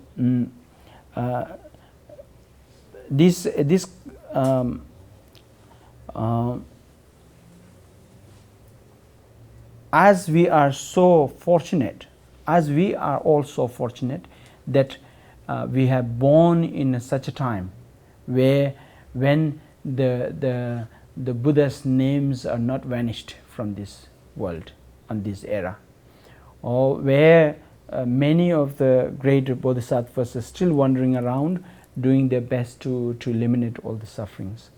And the scripture and the Buddha nature and compassion, loving kindness still exist in this planet. So fortunate for oneself. Yeah? And so therefore praying that those Buddhas and Bodhisattvas again and again give this continuation of the teachings that still remained, wishing that not only myself but many can benefit, many can reach by those and could able to generate that kind of kind and compassions. That's a kind of like a purpose of this prayer. Yeah.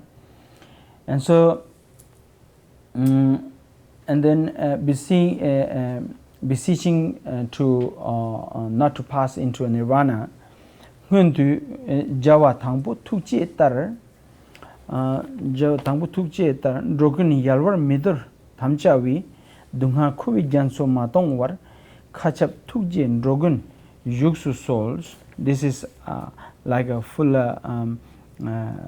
requesting or praying that as the Buddha in the former times of embedded in the mind of Bodhisattva had also promised not to remain as single beings, renounce as single beings, is still the oceans of suffering in the samsara gets emptied. I beseech the compassionate Buddha not to pass into nirvana. Even obviously it is not going to, all the Buddhas and Bodhisattvas are not at all. Their nature is to really, their Buddha nature or their accomplishment of Buddha nature is basically they attain that Buddhahood for the sake of all sentient beings. They will never abandon, or they will never leave us. But yet this is your way of saying it, your devotion's way of saying it, to requesting to remain in this, so that when you generate this compassion and kindness within yourself, you will feel this yearning kind of, I want not only myself but everyone to experience this, everyone to get touch with this, so this is kind of like your prayer, that every living beings, please, all the Buddhas and Bodhisattvas, like myself, I have met many great beings. I pray that they all have the fortunate enough to be able to meet so, and they generate this compassion to every living beings. So this is kind of your prayer, to have that kind of fortunate enough to every living beings. That's your prayer, yeah, so that they all can have so in such a way that you had one. And then at the last is the seventh one, is the dedication of prayer, yeah, and dedicating the merit to the enlightenment of all sentient beings is aspiration prayer, to dedicate whatever you accumulated for so far, like doing prostrations, doing offerings, to all the regressions of all other things, and then you accumulate so much of a merit, and then this also with the selflessly you are dedicating towards all the mother beings, so that they all can benefit. And it is very important to supplicate those what you call as a merit, dedicate those. Otherwise our human habitual is very up and down. It's like a stock market, yeah. I have no good experience with the stock market, but every time I hear something very down, people get heart attack, yeah. So which is not good, you know. Many people die from that. So last few years, I think the America stock market went down, up, down, up, down, up. And maybe people have affected very much, yeah. All the saving is gone. Everybody is so upset, you know, angry. Some are died, whatever. So having a mind of a sort of like that kind of stock market is any moment we could lose our every good part of our accumulated merits. So we don't need a huge anger to destroy everything. Spark of anger is enough to burn down entire jungle. Yeah. So similar to that, spark of anger is enough to destroy the very good things that you have done. You know, so before you destroy that by your habitual, you dedicate that merit to all sentient beings. It's like a drop of nectar that you earn putting into ocean, never dries. It's like a fixed deposit. You have that, yeah? A fixed deposit. You earn more interest. Yeah. So we use this into dharma, yeah? Oh, merit, dedicate, fixed there. You earn the interest. Wow. And forever it will increase, never decrease. Once you dedicate, it increases furthermore. Never will go down. But if you keep it with yourself, you can lose any moment, because it's like a money. Yeah? You know, any moment you see some nice things, oh, bring, gone. You see? So make it fixed so that you don't have to worry about it. So the dedicating merit is very important, very smart way of doing things. Yeah. So it remains there forever for you. So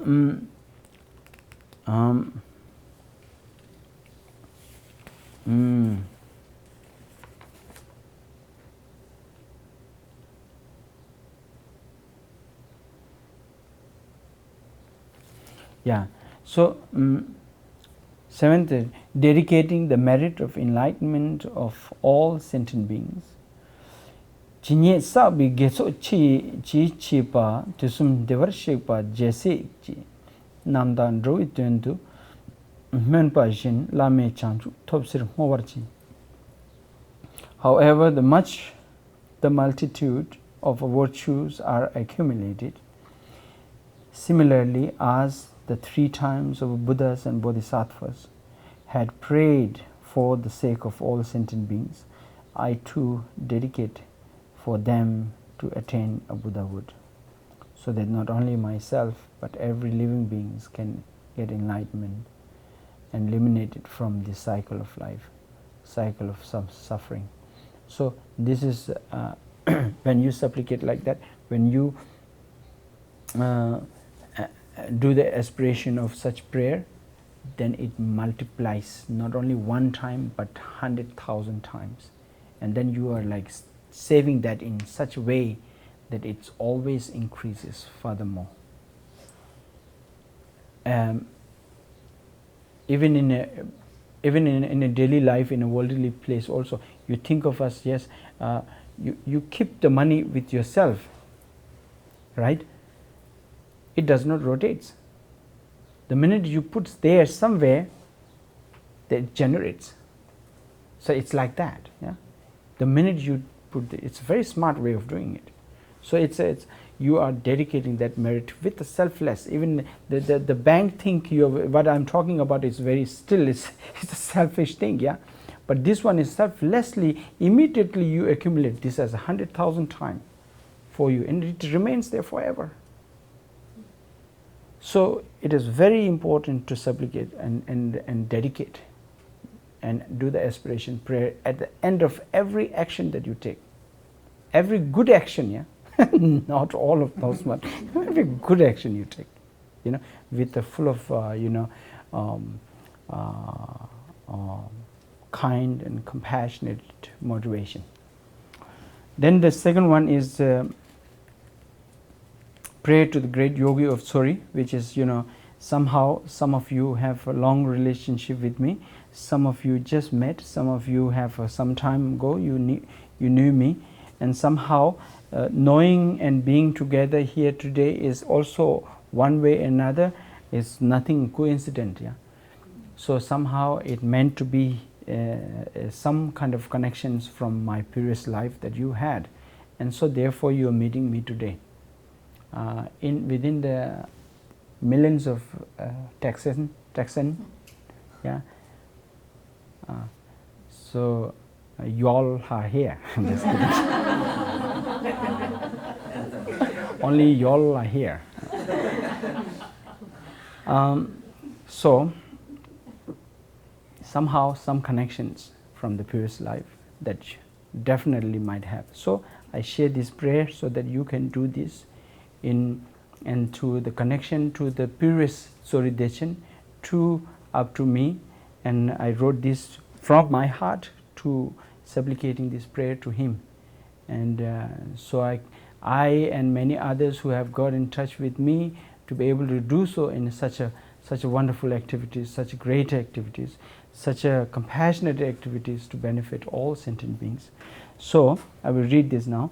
Chinlap nawa bumchi chiwine ngonsar nencho tsori takbi shin junme kunye trubi nanjurupa dechin yijin narbur sorwande. The place twisted together by abundant blessings. The place is called Tsori, the land of a marvelous place. Unchanging accomplished yogi, Dechen, like the precious jewel, may I take homage to you. I take homage to you. I pray homage to you. So, you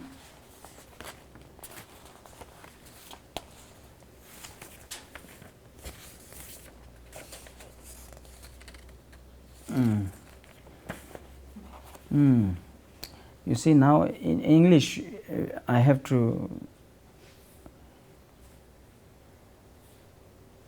find the right words that make sense, you know, because it's almost like when I write in Tibetan and then write in English, it does not come the same thing. It's just like upside down, you know. So everything is upside down here. So the place where it's like 100,000 manifested blessings gather in that place called Tsori, where Tsori Dechen, the great yogi, have stayed. And the Tsori, what does it mean by Tsori, is actually not Zori or Sorry. It's Tsori. It's like a Tsa does not exist in English, so that's very hard for people to say it. Tso. Tso. Tso. Tso. Sorry. Sorry. So sometimes it sounds like sorry. It's not sorry, please. Oh, sorry, Rinpoche. So Tsori is like a Ritso Tsori, which is like the highest mountain. That just means the meaning of the Tsori is Ritso Tsori means the tip of the mountain. Yeah, peak. Actually, the peak. Yes. Where in Tsaopakshu, which is the region of Tsaopakshu and Chamdo, he used to stay in that place, peak of that mountain, for so many years to really retreat. And many people later, as they all know, this is the peak of the whole region. They said the Tsori became his name now, and so Tsori and then Dechen was his name, so they call it Tsori Dechen. Dechen means the great joy. Yeah, so somehow the place where he did the retreat for many years became like a pilgrimage for everyone, because Tsori Dechen was unlike any other lamas, he had many miracle power that he possessed. Not only for the general lamas, that he was being a master to everyone, but even the lay peoples, their activities in daily lives, they also had so much beneficial by having that lama in that region. So not only he played a big role as a spiritual, but even in general terms of living lifestyles, yeah, in that region. So such as miracle, little bit of things that I have heard, and just a few numbers that I would share that with you all, that the Tsori Dechen, he was not that of a famous, because he was a wonder lama, wonder yogi. Because the great wonder yogis are never like to claim a title, they never like kind of what you call as a fame or name or politics. They never like those. They always run away from those. But the reason why he became very famous later in his life is because whoever he have touched and taught, they became a very, very incredibly powerful teachers. So one of his teachers left to pilgrimage towards Lhasa, where the capital of Tibet, and there he settled for a few months, and then the people find out this Lama has a great miracle power, and those politicals also involved in there, saying we need his help. So he became one of the great master for the many Tibetan leaders in Lhasa.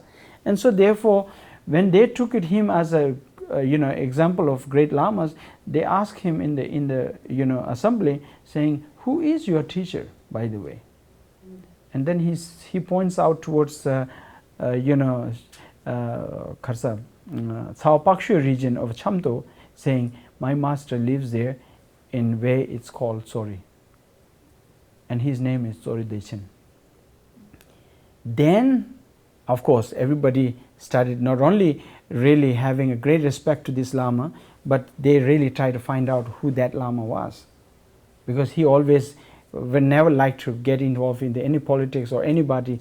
He's a wonder yogi, he always liked to wander, So they found out, they went, and there was a short story of that one of the great Tibet is not a small country, yeah. Tibet is a very big country, very, very big country. As big as Texas. Far more bigger than that. Oh, bigger than Texas. Oh, of course, bigger than Texas. Oh, yes. China right now looks very big.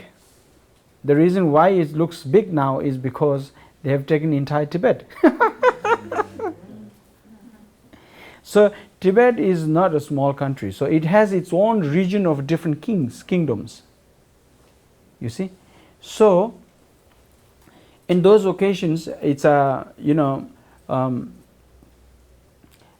when you come from the different regions of great lamas who have status of politics, politically very high status, and then you have great respect from the spiritual level, if you go to one region to another, it's almost like an entire army is going. Of course, Tibet does not have any army, but it almost looks like a entire kind of town is moving towards one place to another, because that much of a devotions they have towards their lamas. So one of the it's called Phagwala, which is one of the greatest yogi of all time, was visiting from one region to the next, and he heard that there is a Lama called Tsori Dechen, who is a wonder yogi, who right now instructing in one of the retreat center, and he heard that he have ability to see past, present, and futures. Not only that, but he have possessed the miracle powers to really heal people. So he hears this and he says, "I really want to see Tsori Dechen." does he really have that kind of power? So he comes with this huge army. Yeah? It's like a bunch of market coming towards him. And that day, what happened was Pakwala was very elegant. Of course, the Tibet is now is very poor because they lost the country, they lost everything. Yeah. But on those times, those great masters, great leaders, they wear such elegant clothes that they're all made out of gold. Yeah? It's so rich country, yeah? With educations, with a very civilized country, highly organized, highly educated, had 6,000 monasteries where all universities all been destroyed. Thousands of monks, each monastery have all killed. So now this comes and he goes in the middle of the road. He says, let me see who is, he have all the disciples and the monks, and he says, I want the most handsome Lama, his assistants, to come up. And then what he does is, and of course, if you are, not title of any lamas, but you look handsome, and your clothes are all dirty. Yeah? In Tibet, of course, you live in such altitude where you really don't take much of bath. So it's like 6 months or years you may take one bath. So there is a saying in a very funny way saying that if you put a goat and Tibetan person inside, the goat will faint.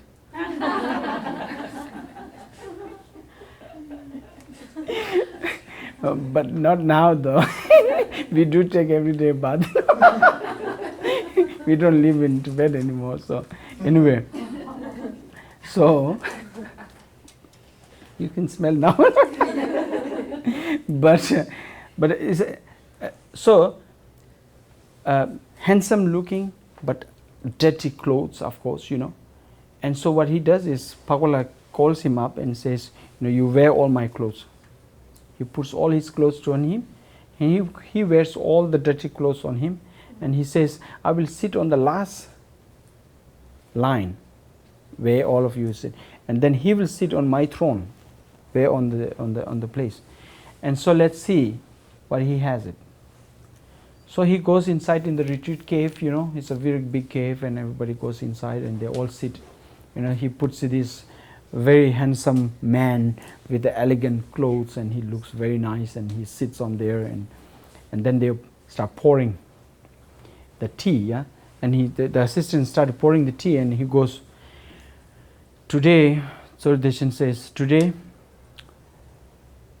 you pour the tea from the down to up, not from the bottom to down, okay?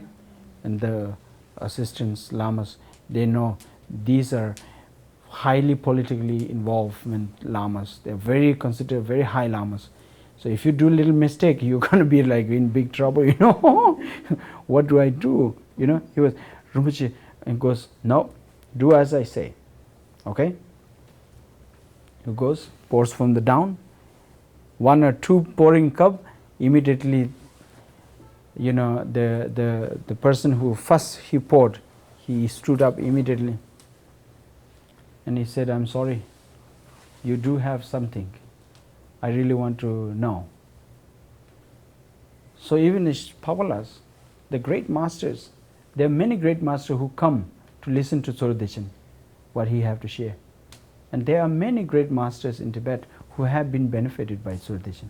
Tsori Deshin was not only known for his own meditation, but involving in an entire society, in a well-being of the society itself. And so he played a big role in there. And so later on, one of the lama in Pendra Rinpoche, His Honor's Pendra Rinpoche monastery, when I was studying there was an old man who had a incredibly power that he could see in a mirror divination. You ever heard of divination? Mm-hmm. That who can see who can see the mirror divinations, which he will put a very metal kind of shiny things, and then he blows in the rice and then the grains, and then throws that on that mirror, and it will show you like a TV. Yeah.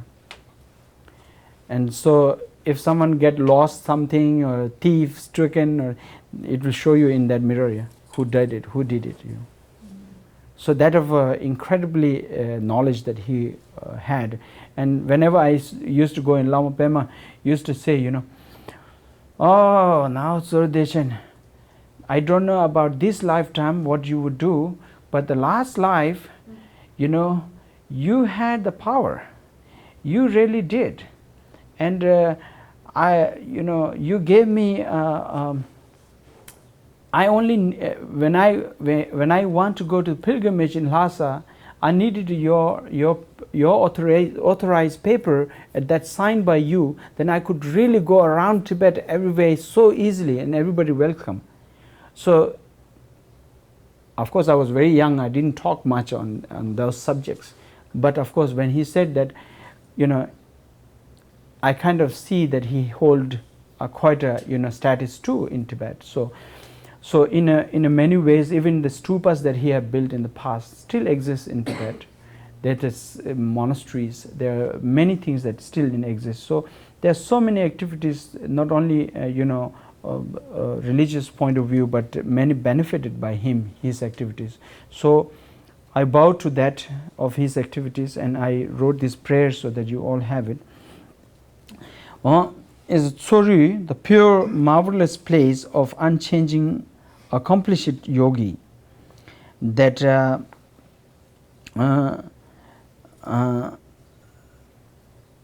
yogi who are wish-fulfilling jewel type of yogi, who not only the one who is need of you know, eliminate themselves from suffering, but those who are temporary sufferings, and he have always benefited every sentient beings of their levels of their needs.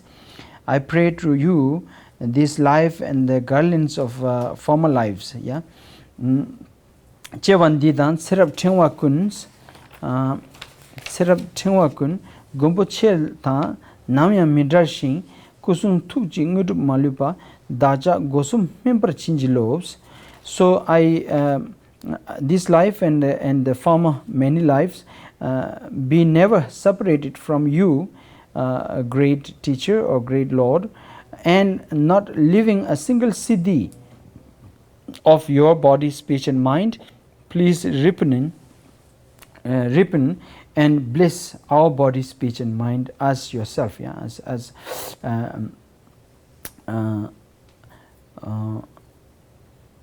to have that of you know, embodiment of a Buddha and Dharma and Sangha as you have, and bless upon me, that so that I can also have that of qualities.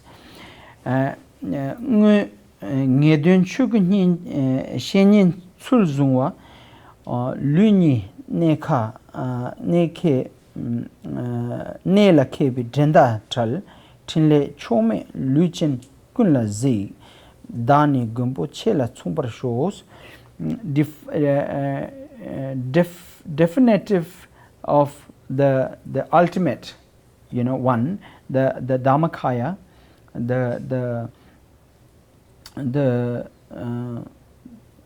in the form of a spiritual master who is a complete awakened, incomparably proficient in two traditions, which is, you know, in two traditions in both with spiritual and the worldly, care for all the living beings with impartial spiritual activities, without any differentiating or equality.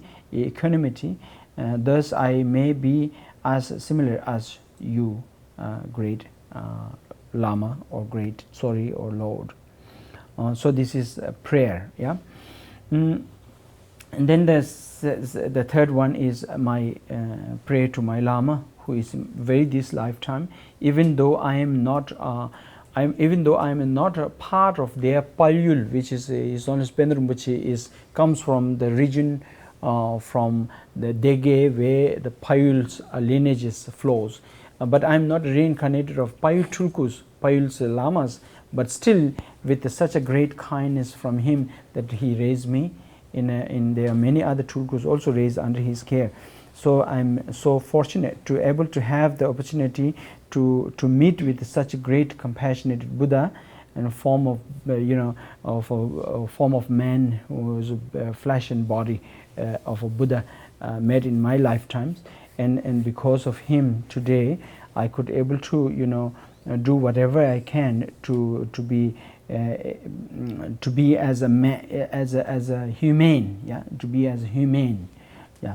Ningmi tundre tembi ndrome cher luchen kunji guntu salze pa ngedun shenin chempu yongdra bi jime tupden shirup sowan de the great lamp of Dharma in this very degenerate time, such an era, such a time that he is like the lamp, he is like a light, eliminating all the darkness, eliminating all the living beings as a great Lord, well known as the definitive spiritual master.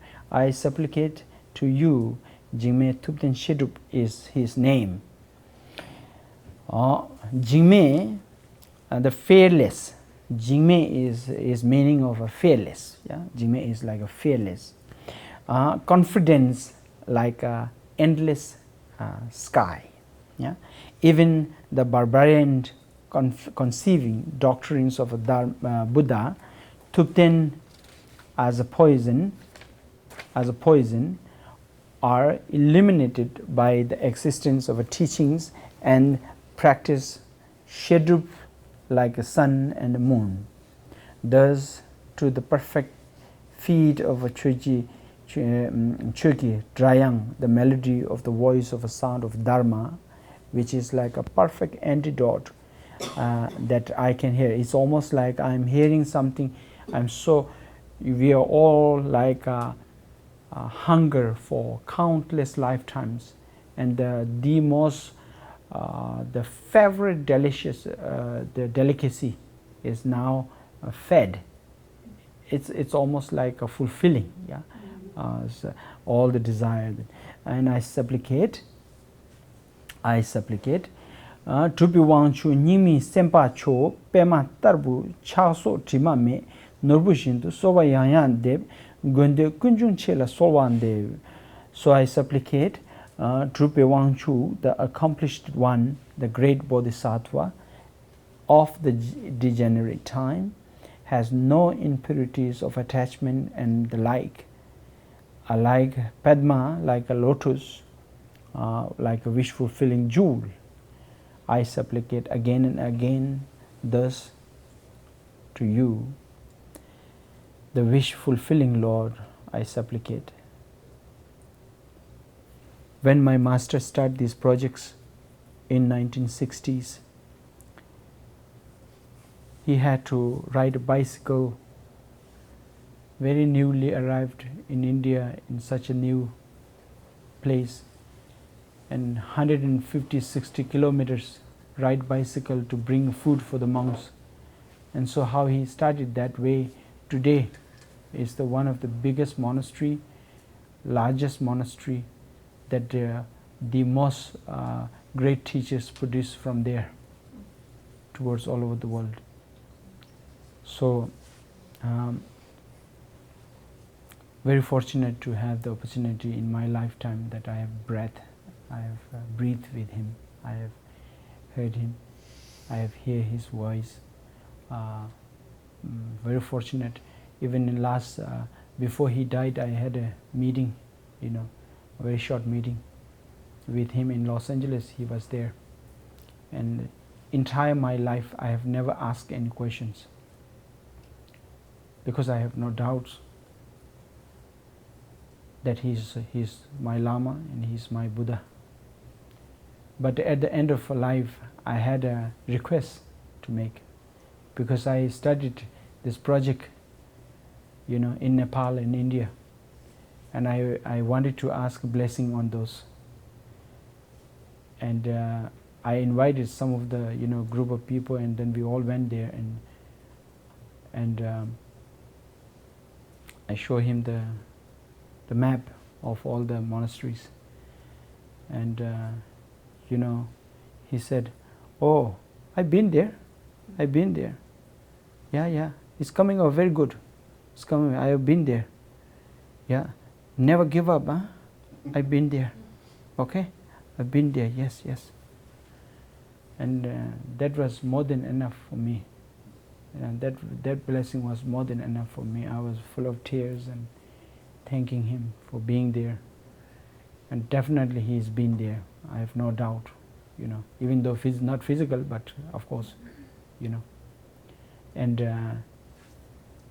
then he gave some advice to all my students, and it was a memorable moment for me. Yeah. And that was the only request I did in all my life. Yeah. Otherwise, there is no question. Yeah, I have no question at all. So he's been inspiring for many Tulkus like myself, and many Khenpos and many great lamas who are running around today. And some are in abroad doing teachings and giving lectures and doing their part to preserve of their dharma, or some are in Asia running around there. And so this is my my small prayer that I felt right, and then I wrote it and I pass it to you all, so you can read this. There will be English transcriptions, which you could able to read in Tibetan also, and then you have the translations also. It needs a little bit of work on that. Maybe I can ask Jerry to work on that, and maybe you can get this. And we are preparing a small kind of booklet for this prayer. So this is, as you can see, direct transmissions that I have treasury built. I have written this, and this is yours. Okay.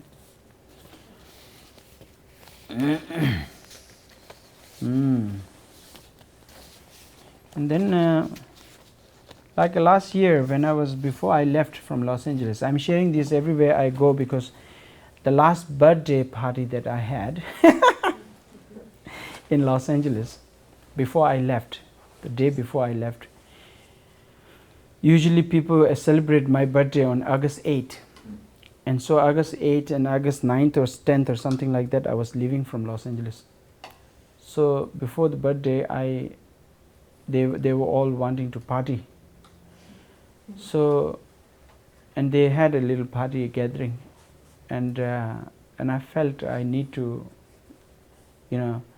everything is impermanent, yeah. Nothing stays forever. So therefore, maybe I should leave some words of mine so that they can think,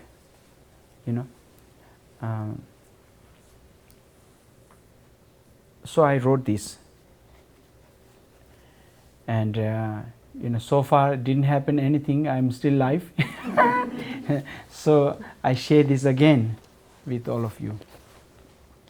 This has been not written in Texas, so I will read this as auspicious.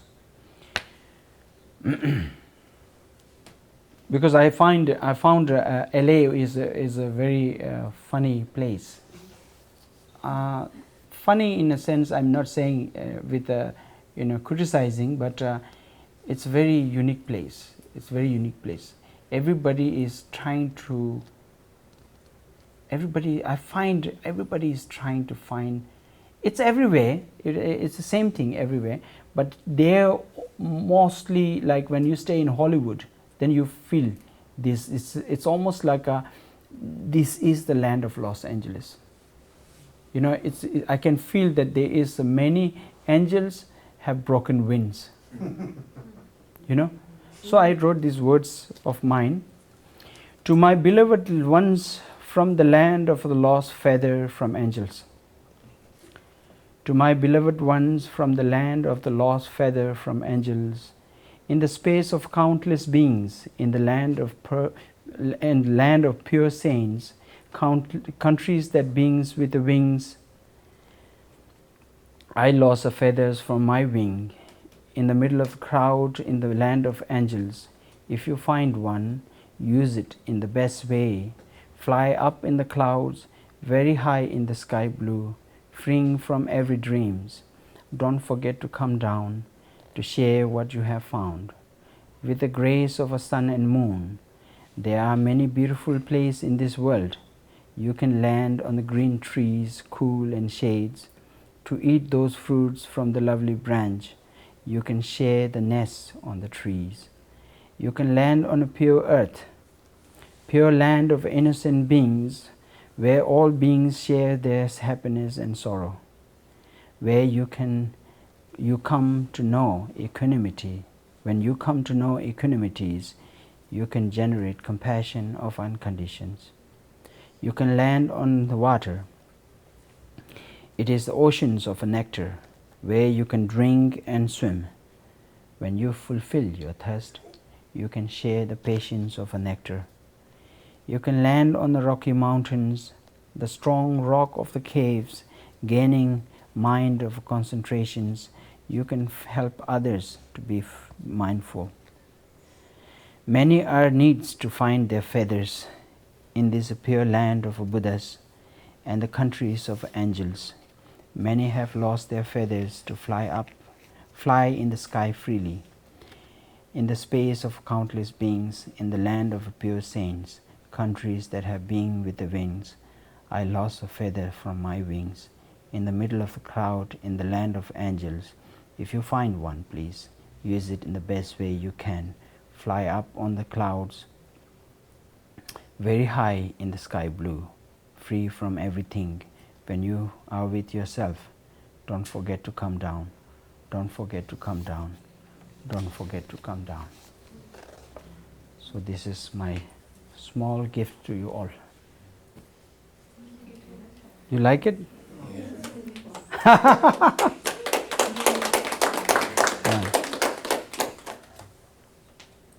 Yeah, I wrote something for Miami. They didn't like it much. When I read that last time, they will go like, "Oh, that's not us." I think it was a little strong for them, But in the beginning, it's very nice, yeah. Mothers from the miracle land of Miami, yeah, where they live in the next to the southern beach, and with the I forgot the right words that I used. Somehow very nice, but then it goes on with some kind of complaint, yeah. But anyway, so that was my small offering to you all, and you continues to practice and generate that, and we always do the tongling, so we do a tongling today together. You may say, you may feel, I often find this in a Western country or any other countries, like a very developed countries. I always find people saying, even though they don't say it, I can feel it, saying, it's the same thing. It's the same thing. It is going to be the same thing until we get it. It is going to be the same thing. Because it is not a late night show kind of thing, where you have to entertain every day. It's not about entertaining us. It's about learning. It's about getting it. It's about understanding it, truly understanding it within oneself. Until we get it, we have to do it and we have to hear it. So it's not about what you call that, comedy show, So please, whenever you hear something, even Buddha's name again and again, hear it. Hearing is liberating. That itself is a lot of beneficial.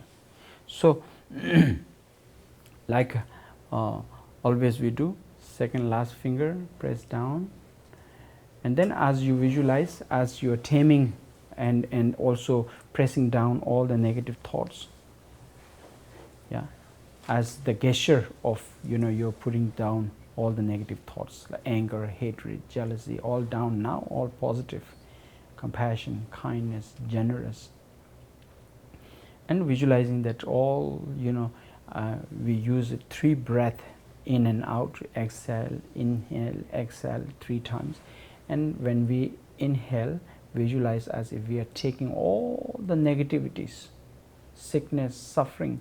Don't think of as if this sickness will go inside and then remain in my body. Don't think like that. Just think of as if I'm taking those their negativities, nothing left out, and then exhale, visualize that it's completely cleaned up in your body, okay, and dissolve in a space. We'll take the breath in.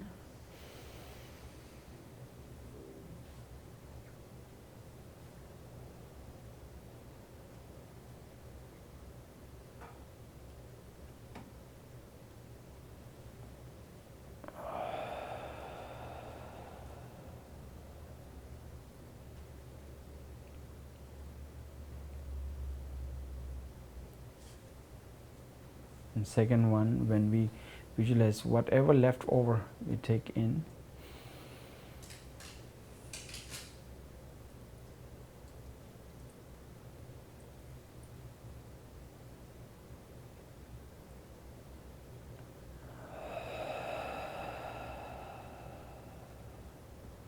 Visualize that rotate inside your stomach, all your body, completely all the negativities within yourself also become one, and then exhale, everything gone. Visualize as if your body become like crystal clear. The tiny little things, the last breath will take everything, tiny little things left over, we take inhale now.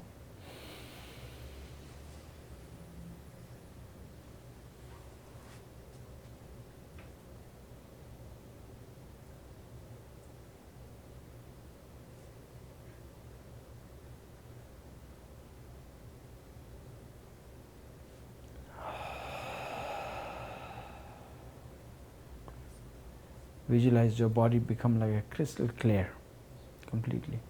Then you remove your hand, put it together,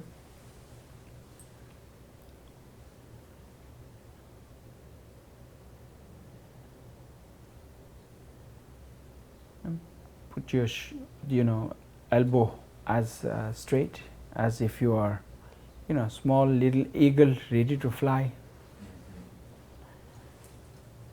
Backbone straight like an arrow, and then chink a little bit down. Eyes don't close, don't open widely, just look at on tip of your nose to the level with a full of compassion. Look, don't close your mouth, don't open your mouth, just leave it as normal. Touch your tongue on the upper mouth.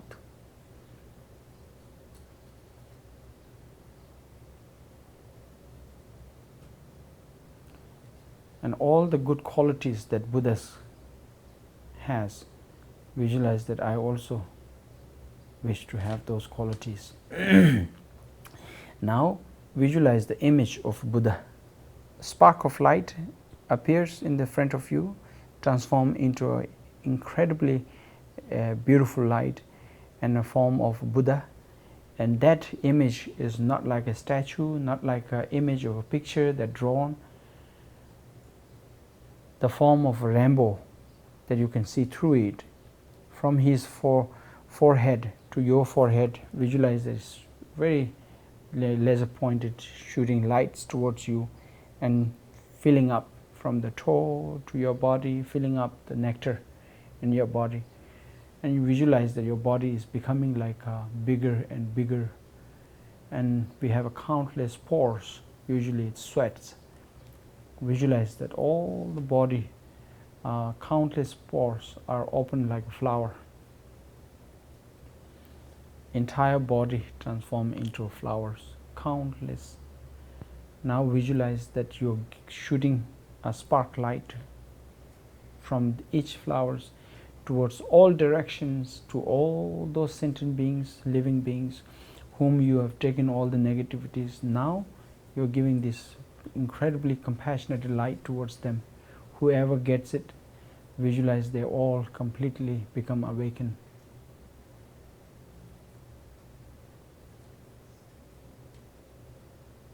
And many are doing the same thing for many living beings. And visualize there is no one left behind that is not touched by your compassion. And visualize that, how wonderful it is, how fortunate I am to be able to reborn as a form of human and have the opportunity to do this compassionate, and pray that I would able to do so in such a active, compassionate.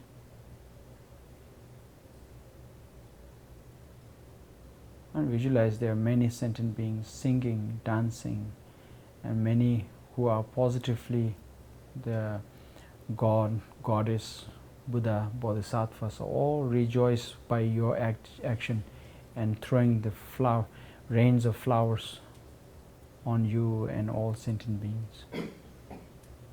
And rejoice upon this. How fortunate I am to be able to do so.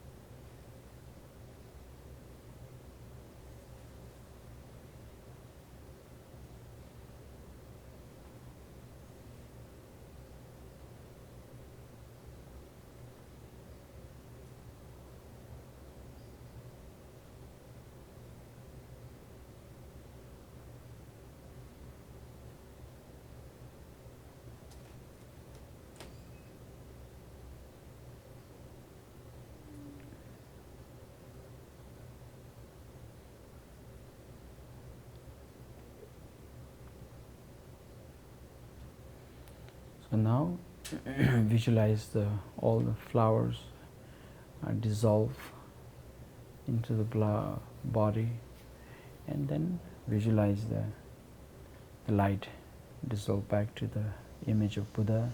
The image of Buddha dissolve by itself into a spark of light, and the spark of light dissolve by itself into space. And in that empty space, just stay your mind in that without having any thoughts, just a few seconds.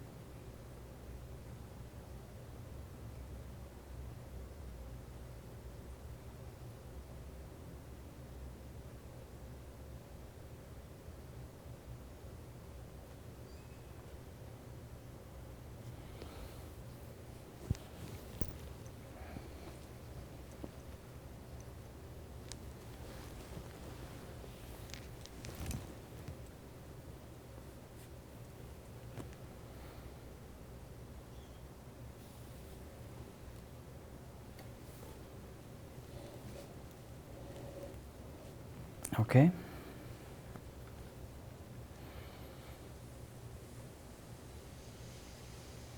I will take a 5-minute break, yeah? Go to the restroom and come back. And then we finish by blessing.